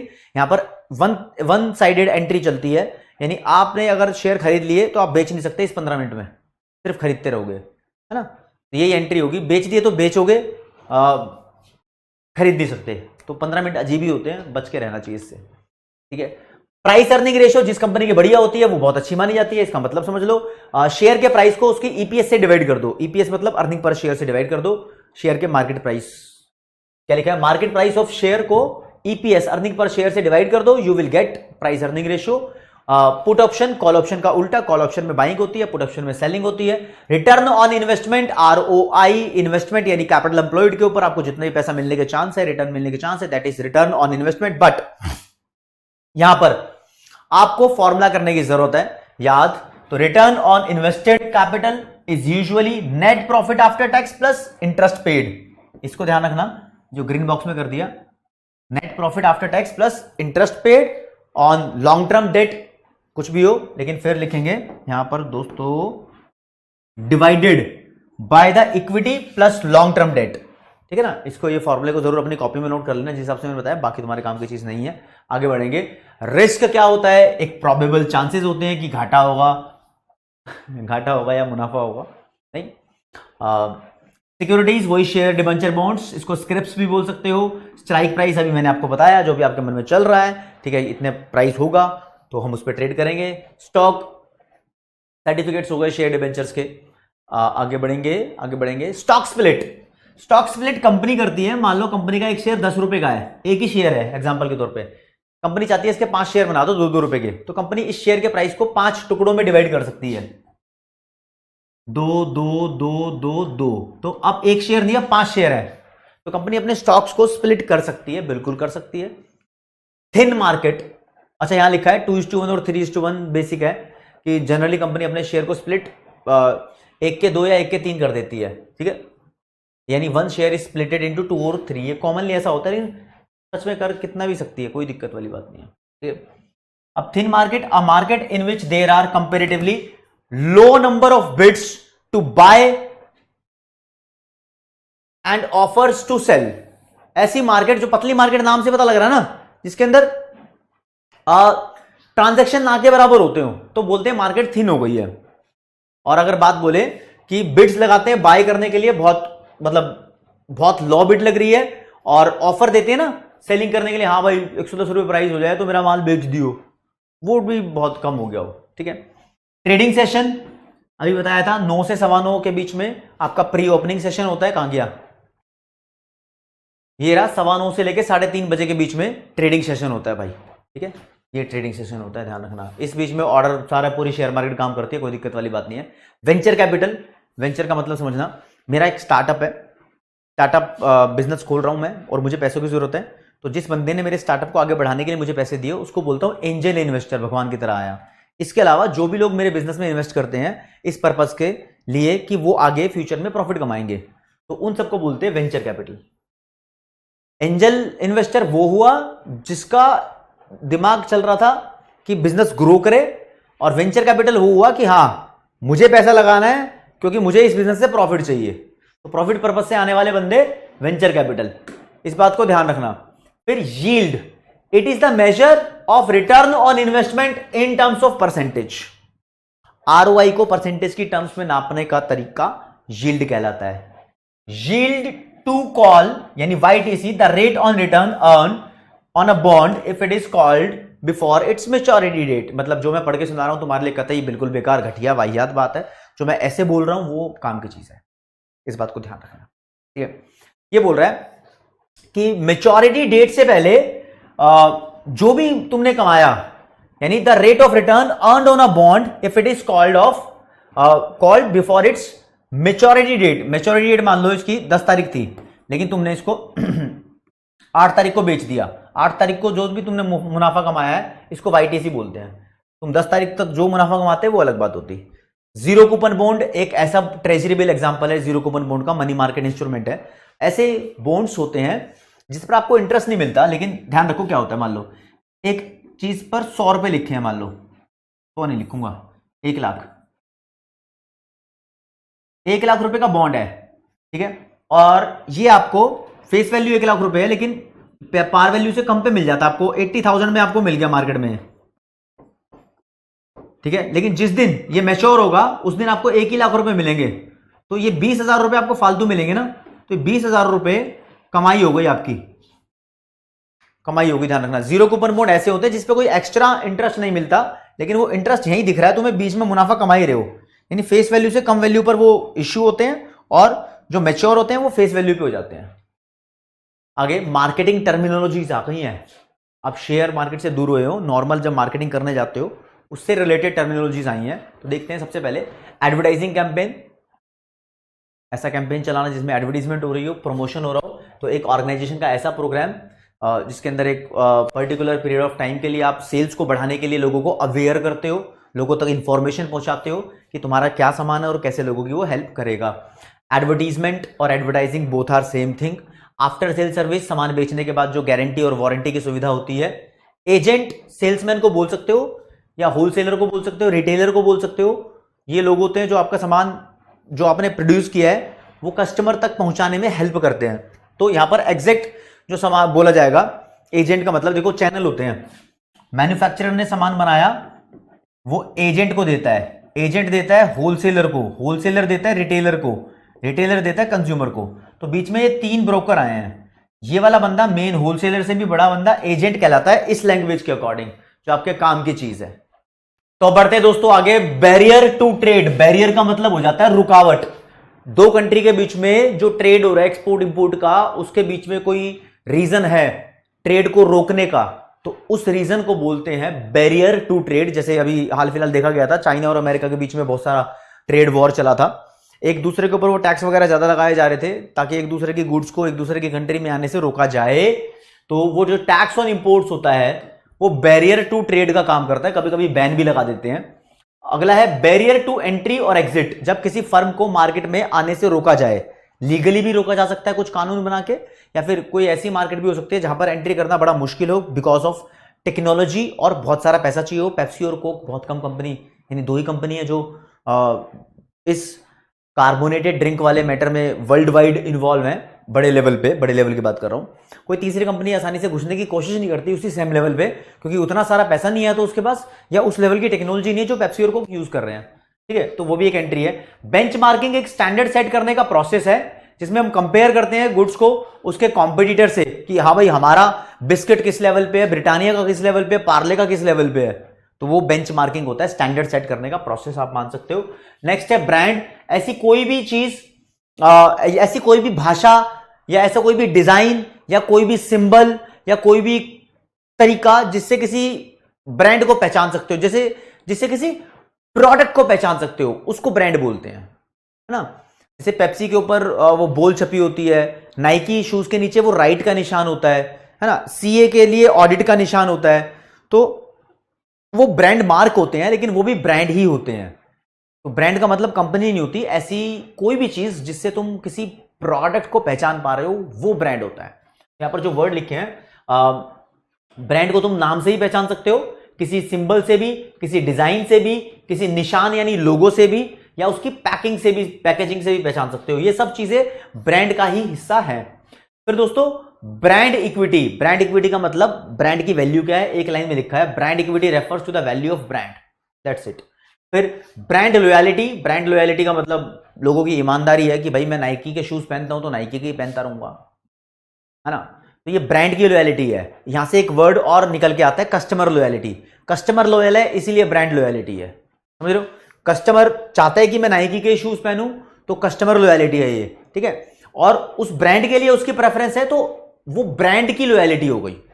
दो वर्ड आ रहे हैं, ब्रांड की चाहत ब्रांड लॉयल्टी, कस्टमर का अपना मन कस्टमर लॉयल्टी। दो बातें आई हैं, अभी कस्टमर लॉयल्टी आगे आएगा। ब्रांड रिकॉग्नाइजेशन, रिकॉग्निशन का मतलब होता है पहचान करना। तो ये भी एक ऐसा अवेयरनेस का प्रोसेस है जिसके थ्रू हम पहचान पाते हैं कि भाई ये ब्रांड नाइकी है, ये एडिडास है, ये रिबॉक है। फिर बिजनेस मॉडल। बिजनेस मॉडल एक ऐसी स्ट्रैटेजी होती है जिस स्ट्रैटेजी के थ्रू कोई बिजनेस पैसे कमाता है। यानी बहुत सारे लोग ये नहीं जान पाते कि फोन पे या गूगल पे से जब हम पैसे ट्रांसफर करते हैं तो वो कैसे पैसे कमाते होंगे। यानी कहते हैं फिर हम उस बिजनेस का मॉडल नहीं समझ पा रहे।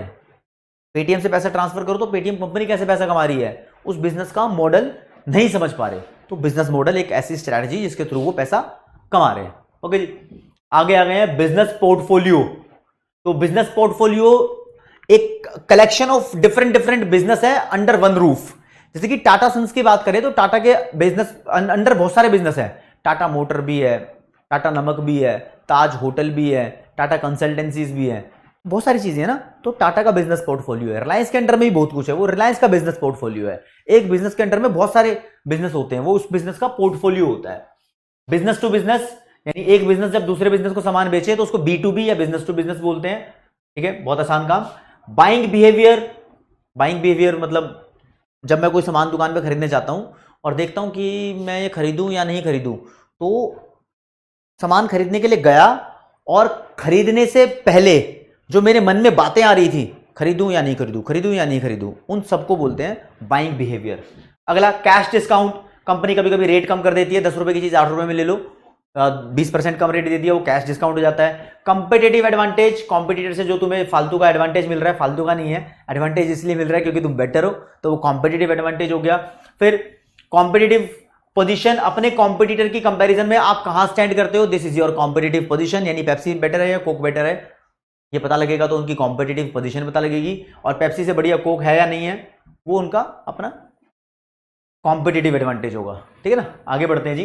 कॉन्ग्लोमेरेट डाइवर्सिफिकेशन वेरी इंपॉर्टेंट, और फिर इसके साथ कंसोर्टियम भी आएगा, ये भी वेरी इंपॉर्टेंट है, ठीक है।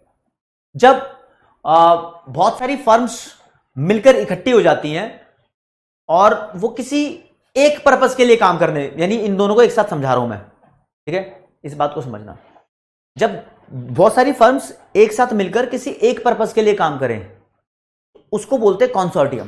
कैसे यार, इसके लिए मैं मानूं कि एक हॉस्पिटल की बिल्डिंग बनानी है, तो हॉस्पिटल की बिल्डिंग बनाने के लिए इंफ्रास्ट्रक्चर डेवलप करने के लिए एक सीमेंट बिल्डिंग कंपनी मान लो डीएलएफ है, डीएलएफ बिल्डिंग बनाएगी, वो अलग से काम कर रही है, ठीक है। अब उसके अंदर एक सोलर पावर का प्लांट लगाना है, वो एक अलग से कंपनी बनवाई है हॉस्पिटल वालों ने। फिर एक मेडिकल इक्विपमेंट्स और इंस्ट्रूमेंट बनवाने हैं, वो एक अलग से कंपनी बनवाई है। तो 3-4 कंपनी मिलकर एक हॉस्पिटल बना रही है, तो वो 3-4 कंपनियां कंसोर्टियम कर रही है। कंसोर्टियम की लैंग्वेज देख लेना।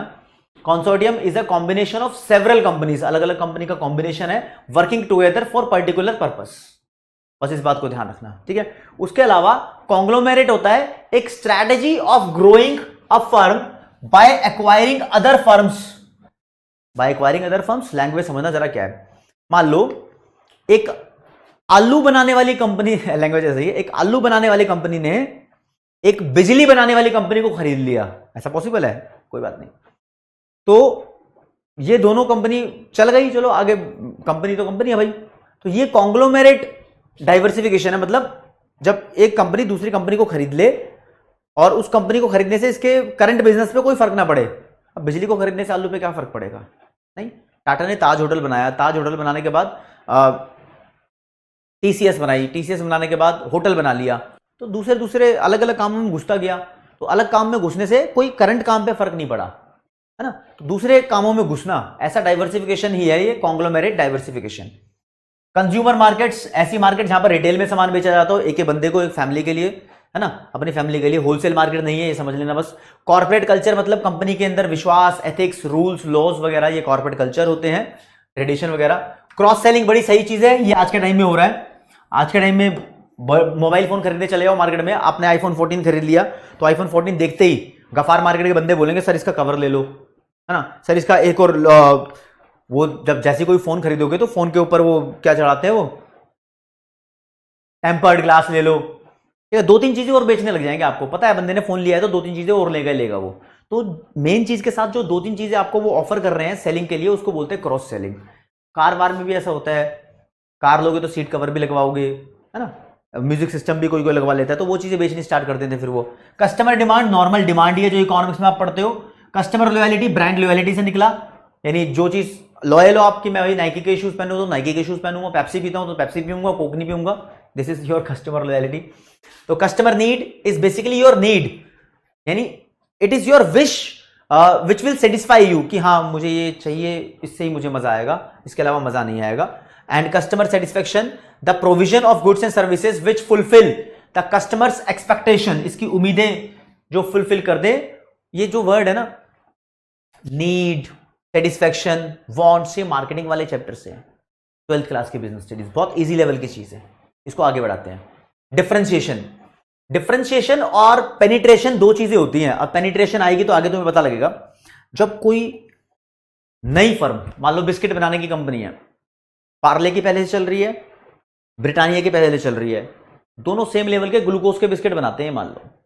तीसरी कंपनी आई है, वो भी ग्लूकोज के बिस्किट बनाती है और मार्केट में एंट्री कर रही है, सनफीस्ट भी पहले चल रही है, मान लो चौथी आई है। वो या तो प्राइस बहुत कम रखेगी, अपना प्राइस बहुत कम रखेगी, इसलिए क्योंकि उसको लगता है कि सस्ते में बेचूंगी तो बहुत सारे लोग अफोर्ड कर पाएंगे, खरीद लेंगे।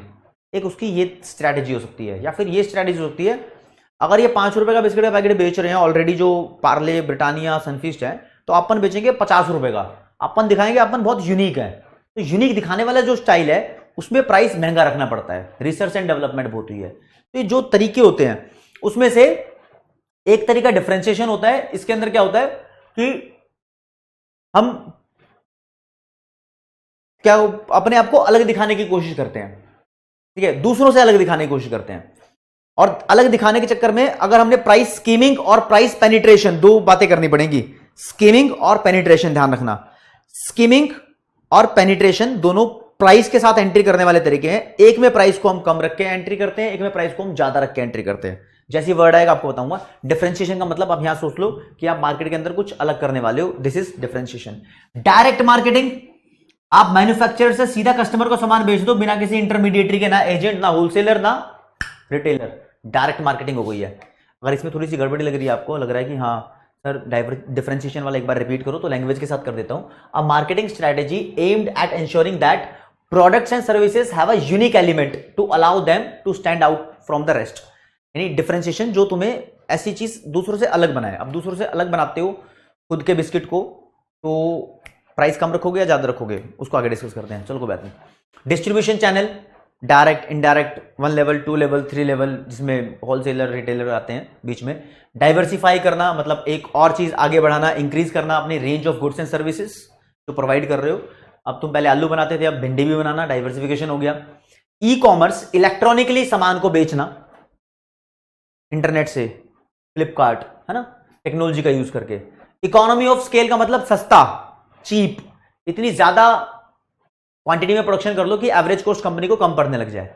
एक्सटर्नल इन्वायरमेंट मतलब बिजनेस इन्वायरमेंट की बात हो रही है, वो चीजें जो एक्सटर्नली अफेक्ट करती है किसी भी बिजनेस को, ठीक है, इसको हम कॉम्पिटेटिव इन्वायरमेंट भी बोलते हैं। Next, fast moving consumer goods, पता होने चाहिए बच्चे को, एफएमसीजी बोलते हैं इसको, ये दोबारा एफ लिखा हुआ है, यूं ही है, FMCG, fast moving consumer goods, जो फटाफट दुकानों पे मैगी बिकती रहती है, पेप्सी, कोक, लेज, अंकल चिप्स, ये सब चीजें फास्ट मूविंग कंज्यूमर गुड्स होती है, ठीक है जी। फोरकास्टिंग का मतलब भविष्य के बारे में फोरकास्ट करना कि हमारी सेल किस तरीके की, किस लेवल की रहेगी। इनोवेशन, कुछ नया करके दिखाना। इंटरनल मार्केटिंग, अभी लैंग्वेज के हिसाब से बताऊंगा इसको। It is the process of eliciting support for a company and its activities among its own employees, खुद के अपने एम्प्लॉइज के बारे में बात हो रही है, ध्यान रखना।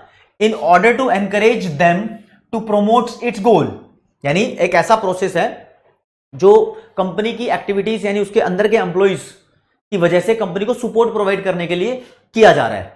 And this process can happen at a number of levels for increasing the awareness of individual product और marketing campaign to explain overall business strategy. अब भाई कोई जो तुम सामान बना रहे हो, एम्प्लॉइज को ही अच्छे से नॉलेज नहीं होगी तो क्या दूसरों को नॉलेज देगा वो, है ना। जॉइंट वेंचर, दो कंपनी इकट्ठी मिलकर किसी एक पर्टिकुलर पर्पस के लिए काम करे तो जॉइंट वेंचर है। बहुत लोकल लेवल पे एग्जांपल देता हूं, जॉइंट वेंचर का मैं लोकल लेवल पे क्या, मैं और मेरे दोस्त 15 अगस्त पे पतंग की दुकान खोल के बैठ गए और 15 अगस्त तक खोलेंगे, फिर 15 अगस्त यानी इंडिपेंडेंस डे, और जब वो चला जाएगा दुकान बंद करनी पड़ेगी। मैं और मेरे दोस्त होली तक कलर बेच रहे हैं, मतलब मिलके बैठ गए, दुकान खोल ली, और होली के बाद कलर कहाँ बिकेंगे, ज़्यादा नहीं बिकते ना, तो होली पे दुकान बढ़ानी पड़ेगी। तो एक पर्टिकुलर टाइम के लिए हमने मिलकर एक प्रोजेक्ट स्टार्ट किया, तो जो पार्टनरशिप ऐसी हुई ना मिलकर एक प्रोजेक्ट के लिए, उसको बोलते हैं जॉइंट वेंचर। दो कंपनी मिलकर कभी एक बड़े बड़े प्रोजेक्ट को अंजाम भी दे देती है, ऐसा होता है, तो जॉइंट वेंचर, ध्यान रखना, इस चीज़ को बोलते हैं। लॉन्ग टर्म ऑब्जेक्टिव्स, ऐसे ऑब्जेक्टिव्स जो लंबे समय तक कंपनी अचीव करना चाहती है, तो ये कंपनी के परफॉर्मेंस पे डिपेंड करते हैं। मार्केट डेवलपमेंट, ये बहुत इजी शब्द हैं जो मैं ऐसे ऐसे हवा में बड़े कम सेकंड्स में ले रहा हूं आपको। Market development, the process of growing sales by offering existing product. Existing product एक सेल्स को बढ़ाने का तरीका है, जिसमें जो ऑलरेडी सामान बनाया जा रहा है कंपनी के द्वारा, वो ऑफर करके नए कस्टमर पटाने की कोशिश की जा रही है, ठीक है। मार्केट एंट्री, नया प्रोडक्ट लॉन्च करना है मार्केट के अंदर, मार्केट एंट्री, उसके थ्रू एंट्री होना है, ठीक है। मार्केट लीडर मतलब तुम मार्केट के सबसे बड़े प्लेयर हो। कार में कौन है इंडिया में, मारुति या हुंडा है? कमेंट सेक्शन में बताना कौन मार्केट लीडर है। मार्केट पोजीशनिंग, कहां पर तुम्हारी मार्केट में तुम स्टैंड करते हो, this is your market positioning दोस्तों। और अगले ये कुछ लिखे हुए हैं, ये आधे ज्यादा शब्द ना जैसे लिखे हैं वैसे नाम से पता लगता है, जो मुश्किल है मैं उसको एक्सप्लेन कर रहा हूं। Market research, R&D, research and development करके जो प्रोडक्ट बनाया जाता है, मार्केट की स्टडी को मार्केट रिसर्च बोलते हैं। इंफॉर्मेशन गैदर करना, एनालाइज करना, स्ट्रेंथ, वीकनेस, अपॉर्चुनिटी, थ्रेट्स वगैरह पता लगाना, it is market research. Market segmentation, segmentation का मतलब होता है डिफरेंट डिफरेंट पार्ट्स में डिवाइड करना। तो यहां पर dividing consumers into group based on different customer characteristics, customer के नेचर के हिसाब से अलग अलग ग्रुप में डिवाइड कर देना।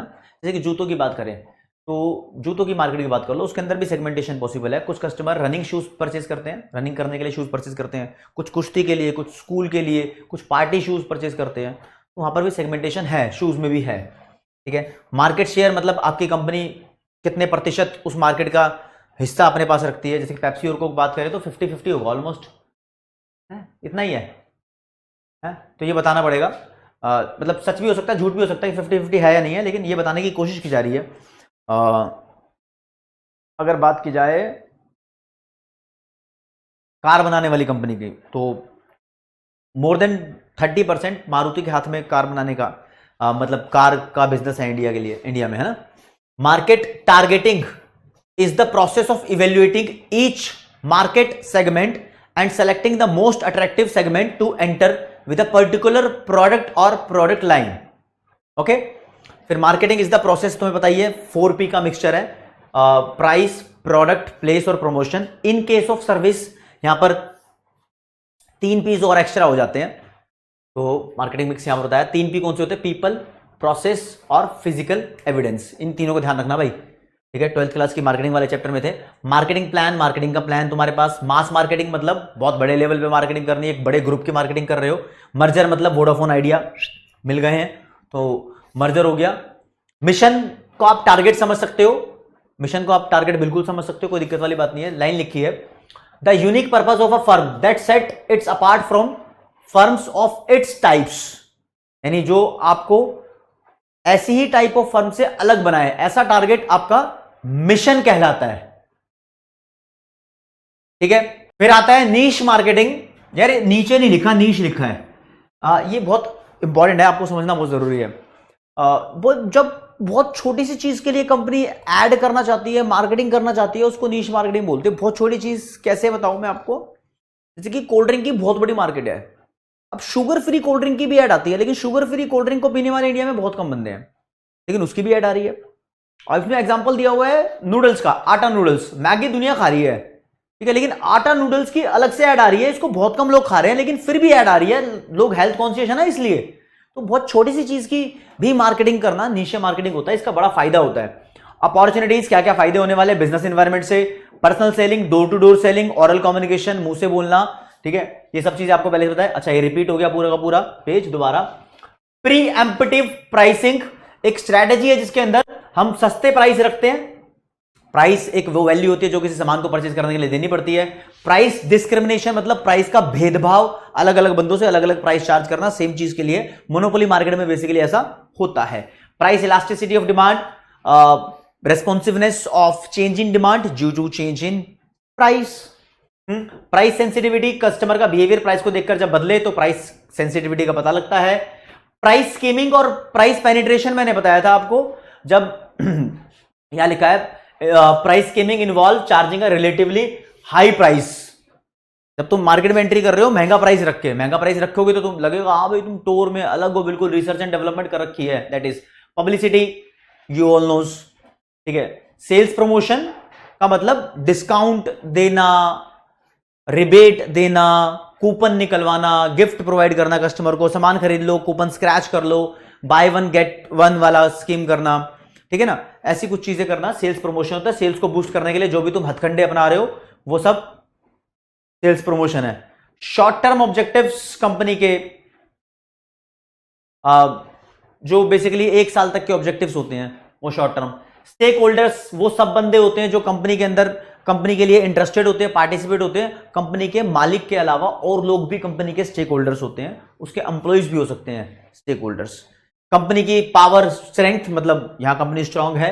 Target marketing, reaching out to a group of consumer, sharing common consumer characteristics with the most appropriate advertisement. Basic तरीके की मार्केटिंग टारगेट मार्केटिंग है।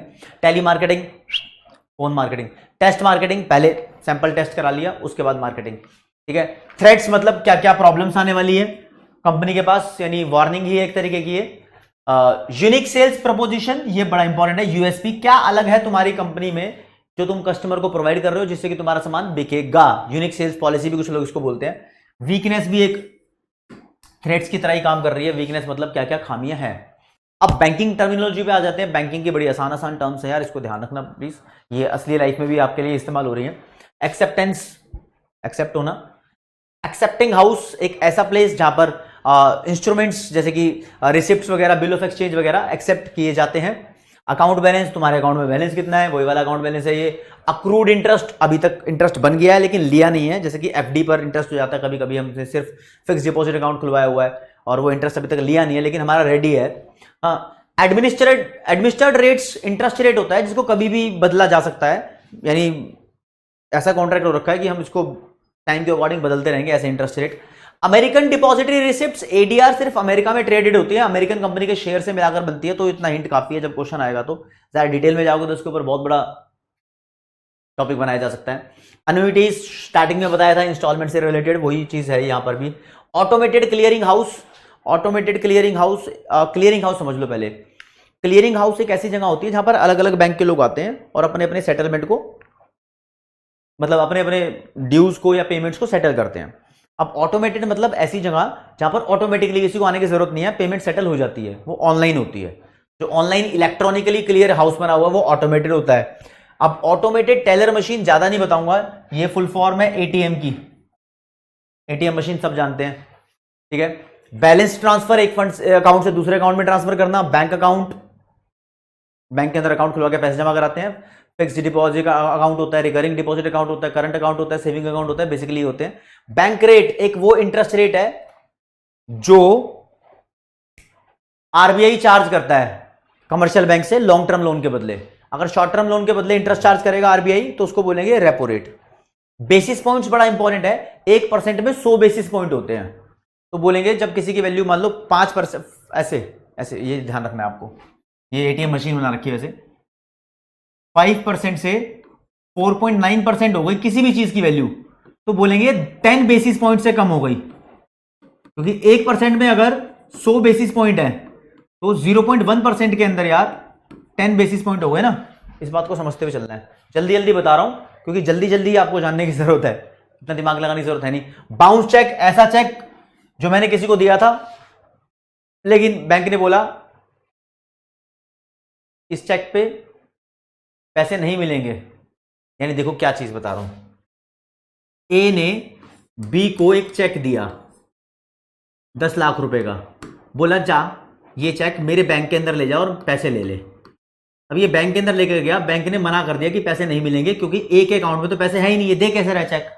तो बैंक इस चेक के लिए पेमेंट देने से मना कर देगा, तो बोलेंगे चेक बाउंस हो गया।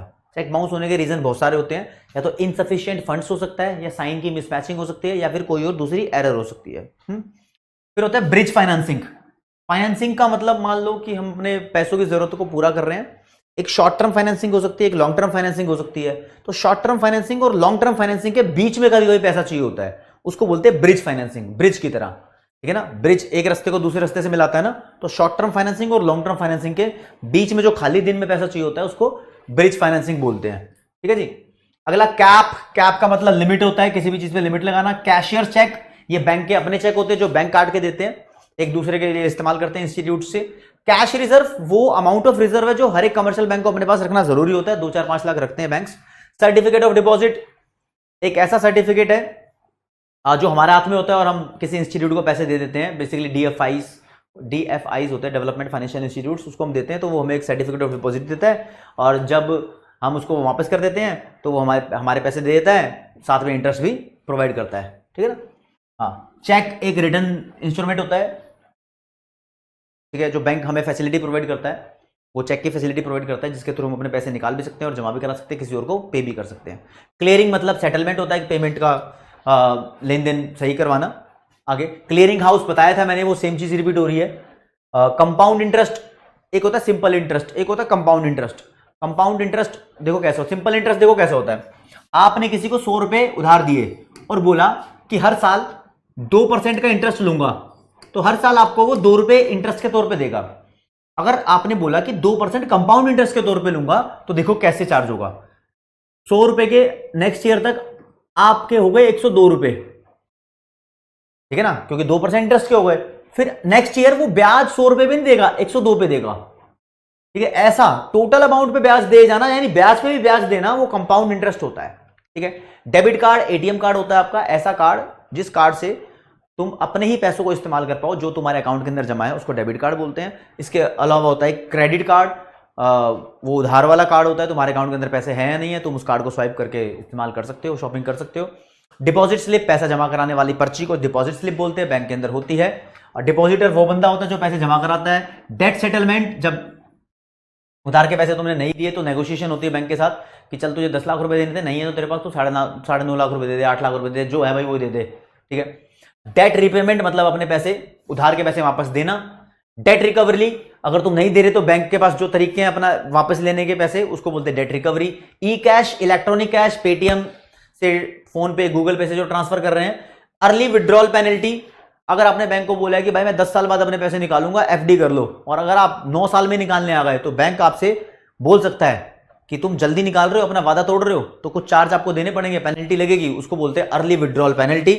और फिर आता है अर्नेस्ट मनी डिपॉजिट, ये एक तरीके का बयाना होता है, टोकन मनी बोलते हैं इसको। जब भी तुम कोई सौदा करते हो तो थोड़े से पैसे देते हो ना, मकान खरीद रहे हो, मान लो 50 लाख का मकान है, तो जिससे खरीद रहे हो उसको बोलोगे पहले ये ले पकड़ भाई 1 लाख रुपए, ये गारंटी है कि मैं तेरा मकान खरीदूंगा, नहीं खरीदा तो 1 लाख रुपए तेरे हो गए, तो 1 लाख रुपया ऐसा अमाउंट। एक्सपायरेशन डेट, ऐसा डेट जिस पर कोई डॉक्यूमेंट एक्सपायर हो जाए, चेक एक्सपायर हो जाए या फिर कुछ भी एक्सपायर हो जाए, हाँ वैलिड ना रहे। और एजुकेशन लोन, स्टूडेंट लोन बोलते हैं इस एजुकेशन लोन को, इस पर रेट ऑफ इंटरेस्ट बड़ा ही कम होता है, बैंक प्रोवाइड करते हैं इसको, और ये तब रीपे करना पड़ता है जब उसकी पढ़ाई खत्म हो चुकी होती है ना। बहुत सारी कंट्रीज में दिया जाता है। गारंटर वो बंदा होता है जो लोन देने और लोन लेने वाले के बीच में आता है और ये बोलता है अगर इसने लोन नहीं दिया तो मैं दूंगा, फंस जाता है ना, रिस्पॉन्सिबिलिटी उठाता है बेचारा पूरी। ठीक है जी। आगे इंटरेस्ट रेट एक प्रिंसिपल अमाउंट से ऊपर दिया गया चार्ज होता है।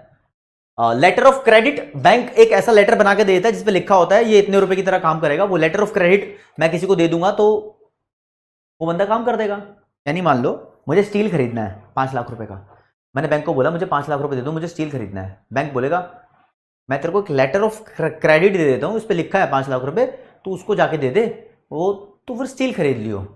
ठीक है, तो ऐसा वो जो काम, वो लेटर काम करेगा पैसों की तरह, वो लेटर ऑफ क्रेडिट है, मैं स्टील कंपनी को दूंगा, स्टील खरीद लूंगा, फिर स्टील वाली कंपनी बैंक के पास जाके कैसे ले लेगी। बैंक भी चालाक होता है, बैंक को पता होना चाहिए कि क्या असली में काम हो रहा है। Lock in period, lock in period, lock in period जानना बहुत जरूरी है। Guarantee given by the lender that there will be no change in the quoted mortgage rates for a specified period of time which is called the lock in period. मतलब ऐसा lock in period जिसके अंदर कोई mortgage rate या फिर interest rate कोई नहीं बदलेगा। भाई तू लोन ले ले, 5% का ब्याज दे रहा है, 1 साल तक 5% का ही ब्याज देगा, ब्याज नहीं बदलेंगे। हाँ 1 साल ऊपर हो गया तो फिर ब्याज चेंज हो सकता है। तो जितने टाइम तक के लिए लोन लिया है, जो जो शर्तें हैं वो 1 साल तक नहीं बदलेंगी, जब तक नहीं बदलेगी तो वो लॉक इन पीरियड है। ठीक है। मोर्टगेज और कोलेटरल सिक्योरिटी दोनों का मतलब गिरवी रखवाना होता है कुछ भी। अब अगर आपने किसी के पास मोर्टगेज के तौर पर कुछ गिरवी रखवाया है तो वो बंदा तुम्हारी चीज को बेच नहीं सकता। कोलेटरल सिक्योरिटी के तौर पर कुछ गिरवी रखवाया है तो बंदा तुम्हारी चीज को बेच देगा अगर तुमने लोन के पैसे वापस नहीं किए तो। ध्यान रखना। मैच्योरिटी वो टाइम होता है, एंड टाइम मान लो मैच्योरिटी डेट, यानी जब कोई चीज का अंतिम समय आ गया हो। इंस्ट्रूमेंट बोल रहा हूं, इंस्ट्रूमेंट। ठीक है। मार्केट वैल्यू, उसकी एक्चुअल वैल्यू और मार्केट वैल्यू दो अलग अलग होती है। मार्केट में एक्चुअली उसकी क्या वैल्यू है, डिमांड सप्लाई पर डिपेंड करती है। ठीक है। ऑनलाइन बैंकिंग, इंटरनेट बैंकिंग होती है। ओवरड्राफ्ट सर्विस करंट अकाउंट में मिलती है, जितने अकाउंट में तुम्हारे पैसे हैं उससे ज्यादा का तुम ट्रांजैक्शन कर सकते हो। ठीक है। पेई और पेयर बताने की जरूरत है नहीं। Personal identification number, PINP, personal identification number से क्वेश्चन बन सकता है, पिन बोलते हैं इसको। एक सीक्रेट कोड होता है, ठीक है, जिसके अंदर नंबर्स और अल्फाबेट्स दोनों होते हैं। जब भी कोई ट्रांजैक्शन करते हैं हम एटीएम से तो पिन नंबर ध्यान रखना, एटीएम का पिन नंबर है ये, सबके पास होगा। रेपो रेट बैंक रेट के साथ मैंने बता ही दिया था। और रिवर्स रेपो रेट ये वो इंटरेस्ट रेट होता है जो सेंट्रल बैंक कमर्शियल बैंक को प्रोवाइड करता है तब जब कमर्शियल बैंक ने कुछ पैसे सेंट्रल बैंक के पास जमा करा रखे हो। ठीक है।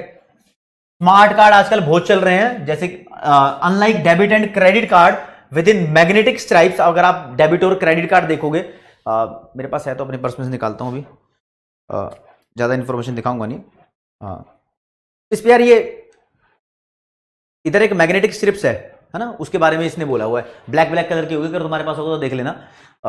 लिखा है एक कंप्यूटर स्लिप्स होती है तो उनको ही बोलते हैं स्मार्ट कार्ड, जिसपे पता लग जाता है, मतलब कि हाँ ट्रैक हो सकती है चीजें, उन सब कार्ड्स को स्मार्ट कार्ड बोलते हैं। ठीक है। आगे बढ़ते हैं। सिंडिकेटेड लोन, सिंडिकेटेड लोन बड़ा इंपॉर्टेंट है। जब एक बैंक तुम्हें लोन ना दे पाए, बहुत सारे बैंक मिलकर तुम्हें लोन दे रहे हैं, तो उसको बोलते हैं सिंडिकेटेड लोन। हो जाता है कभी कभी ऐसा। टाइम डिपॉजिट, फिक्स्ड डिपॉजिट और रिकरिंग डिपॉजिट, यानी एक लंबे समय के लिए आपने या एक फिक्स्ड टाइम के लिए अपने बैंक के पास पैसा जमा करा दिया, उसको बोलते हैं टाइम डिपॉजिट। ठीक है। Value at risk, VAR, the sum और portion of the value that is at stake of subject to loss from a variation in prevalent interest rate. अगर इंटरेस्ट रेट बदलेगा तो उसका नुकसान हो जाएगा, तो उसको बोलते हैं value at risk. Wholesale banking, wholesale banking समझना, एक बैंक एक बंदे का अकाउंट खोल रहा है, इसको रिटेल बैंकिंग बोलते हैं। एक बैंक गया रिलायंस कंपनी के पास, बोला तुम्हारे सारे बंदों का अकाउंट हम खोल देंगे, तो होलसेल बैंकिंग उसको बोलते हैं, एक बार में बहुत सारे लोगों के साथ डील करना। ठीक है। जीरो बैलेंस अकाउंट, जनधन योजना मोदी जी ने खुलवाया था 2014 के अंदर। बोला था कोई भी बंदा अपने सरकारी बैंक में जाकर अकाउंट खुलवा लो, उससे कोई पैसे नहीं लिए जाएंगे, या फिर मिनिमम बैलेंस रखने की कोई जरूरत नहीं है, उसको बोलते हैं जीरो बैलेंस अकाउंट। और फिर जीरो डाउन पेमेंट मोर्टगेज, ऐसी मोर्टगेज जिसके बदले में कोई डाउन पेमेंट ना करनी पड़े, जीरो डाउन पेमेंट मोर्टगेज बन जाएगी। फिर आती है दोस्तों अदर बिजनेस टर्मिनोलॉजीज, थोड़ा फास्ट ट्रैक पे चल रहे हैं, करनी बहुत जरूरी है। एक्विजिशन, किसी कंपनी को एक्वायर कर लेना, पैसे देकर कर सकते हैं एक्वायर। बैंकरप्सी, दिवालिया हो जाना, इंसॉल्वेंट हो जाना, नहीं दे पाए पैसे भाई। Bottom line, bottom line in plain English bottom line means the most important fact.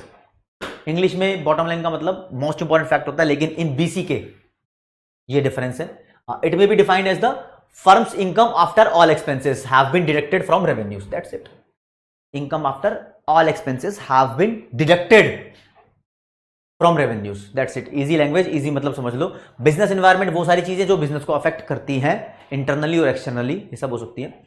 Business facilitators, वो सब लोग जो बिजनेस को इजी बनाते हैं, किसी भी बिजनेस को इजी बनाते हैं। लाइक बिजनेस के लिए प्रमोशन करने वाले ही लोग ये होते हैं, ठीक है ना, हेल्पर मान लो इनको एक तरीके से आप। Corporate forms of business organisation, ये बड़ी स्पेशल है। Corporate forms of business organisation को अलग मान के चलना बहुत अलग चीज है। बिजनेस ऑर्गेनाइजेशन की ऐसी फॉर्म्स जो आपने अकाउंट्स में कॉन्सेप्ट पढ़ा है, सेपरेट एंटिटी कॉन्सेप्ट, कि ओनर और बिजनेस दोनों अलग अलग है, लेकिन ये ऐसी फॉर्म्स ऑफ ऑर्गेनाइजेशन है जिसके अंदर ऑनर और बिजनेस दोनों सेम है। सोलो प्रोप्राइटरशिप ऐसा हो सकता है, अनलिमिटेड लायबिलिटी होती है बंदे की। कॉर्पोरेट गवर्नेंस, गवर्नेंस का मतलब गवर्नमेंट मत समझ लेना, यहां पर वर्किंग समझ लेना, कंपनी की वर्किंग कल्चर कैसा होता है उसको कॉर्पोरेट गवर्नेंस बोलते हैं, ठीक है, बीओडीज वगैरह। इलेक्ट्रॉनिक कॉमर्स, आजकल इलेक्ट्रॉनिक ट्रांजैक्शन होते हैं, तो इलेक्ट्रॉनिक इंडस्ट्री जो चल रही है इलेक्ट्रॉनिक कॉमर्स हो गया। इलेक्ट्रॉनिक फीलिंग, ई फीलिंग, जैसे आजकल आईटीआर इनकम टैक्स रिटर्न वगैरह भरी जाती है, वो भी ई फीलिंग में ही आती है। ग्लोबलाइजेशन को इंटरनेशनलाइजेशन बोलते हैं, export import. It is a process of integrating one economy with rest of the world, आप ऐसा मान सकते हो।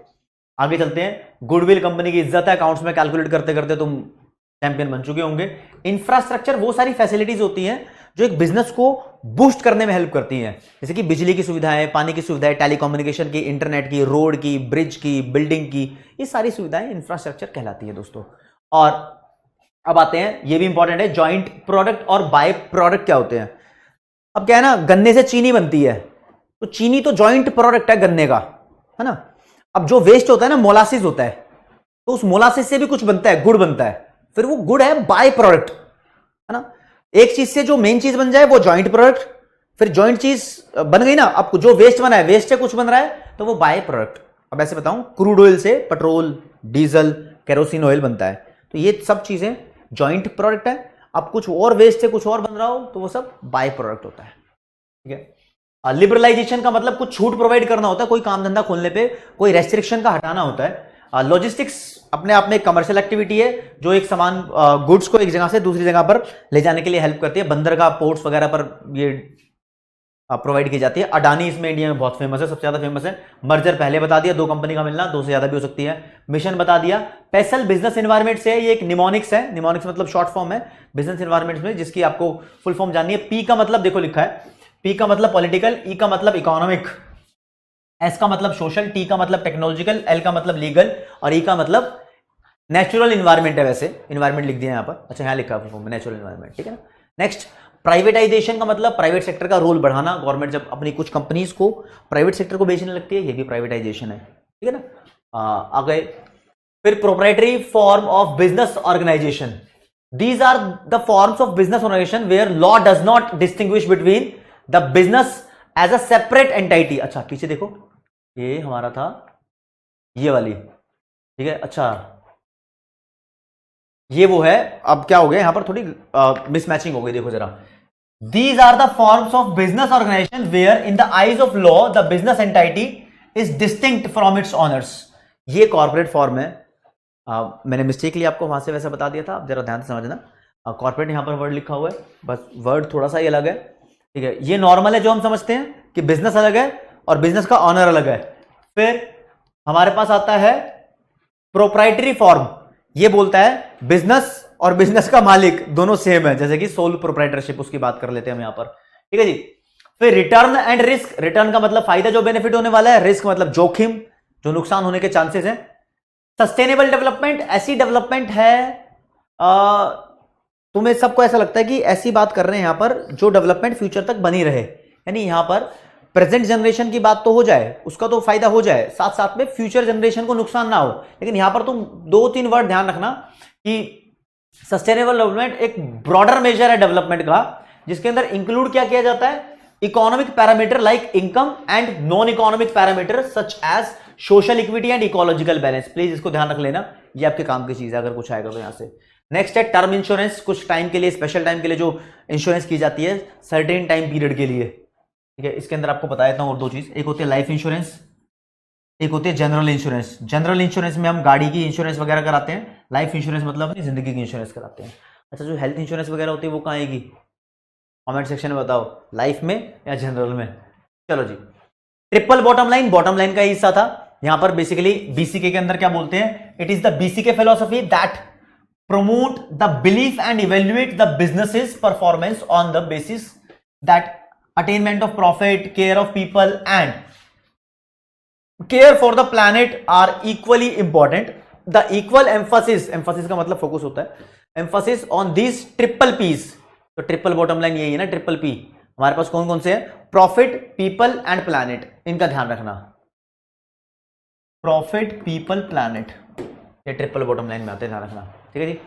टर्न अराउंड एक financial recovery of a company है that has been performing poorly for an extended time. Okay, next है अपना vision, long term vision, यानी किस चीज के लिए कंपनी बनी है, ये टारगेट से अलग होता है, ठीक है। होल लाइफ इंश्योरेंस, पूरी जिंदगी की लाइफ इंश्योरेंस है ना, इसमें बड़ा सेंटी टॉपिक हो जाता है जब इंश्योरेंस को पढ़ाते हैं ना।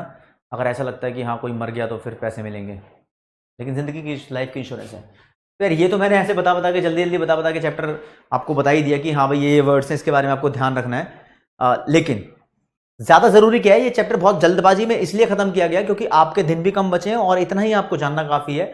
ज्यादा जानना काफी है आपको प्रैक्टिस करके क्वेश्चन की। इकोनॉमिक्स में क्या है यार, एमसीक्यू आएंगे, तो आपको ध्यान किस चीज पे देना है, एमसीक्यूज पे ध्यान देना है। लेकिन एमसीक्यू पे ध्यान तब तक नहीं दे सकते हो जब तक आपने उसको पढ़ा नहीं है। तो पढ़ना भी बिल्कुल डिटेल में इतना गड़ के पढ़ना इस टाइम पर जरूरी नहीं है। इस टाइम पर तुम ओवरव्यू लेते चलो, जितने ज्यादा एमसीक्यू प्रैक्टिस करोगे आपके कॉन्सेप्ट उतने स्ट्रांग होते चलेंगे, ठीक है ना। तो आज की क्लास में दोस्तों इतना ही। जय हिंद, जय भारत, नमस्कार, धन्यवाद।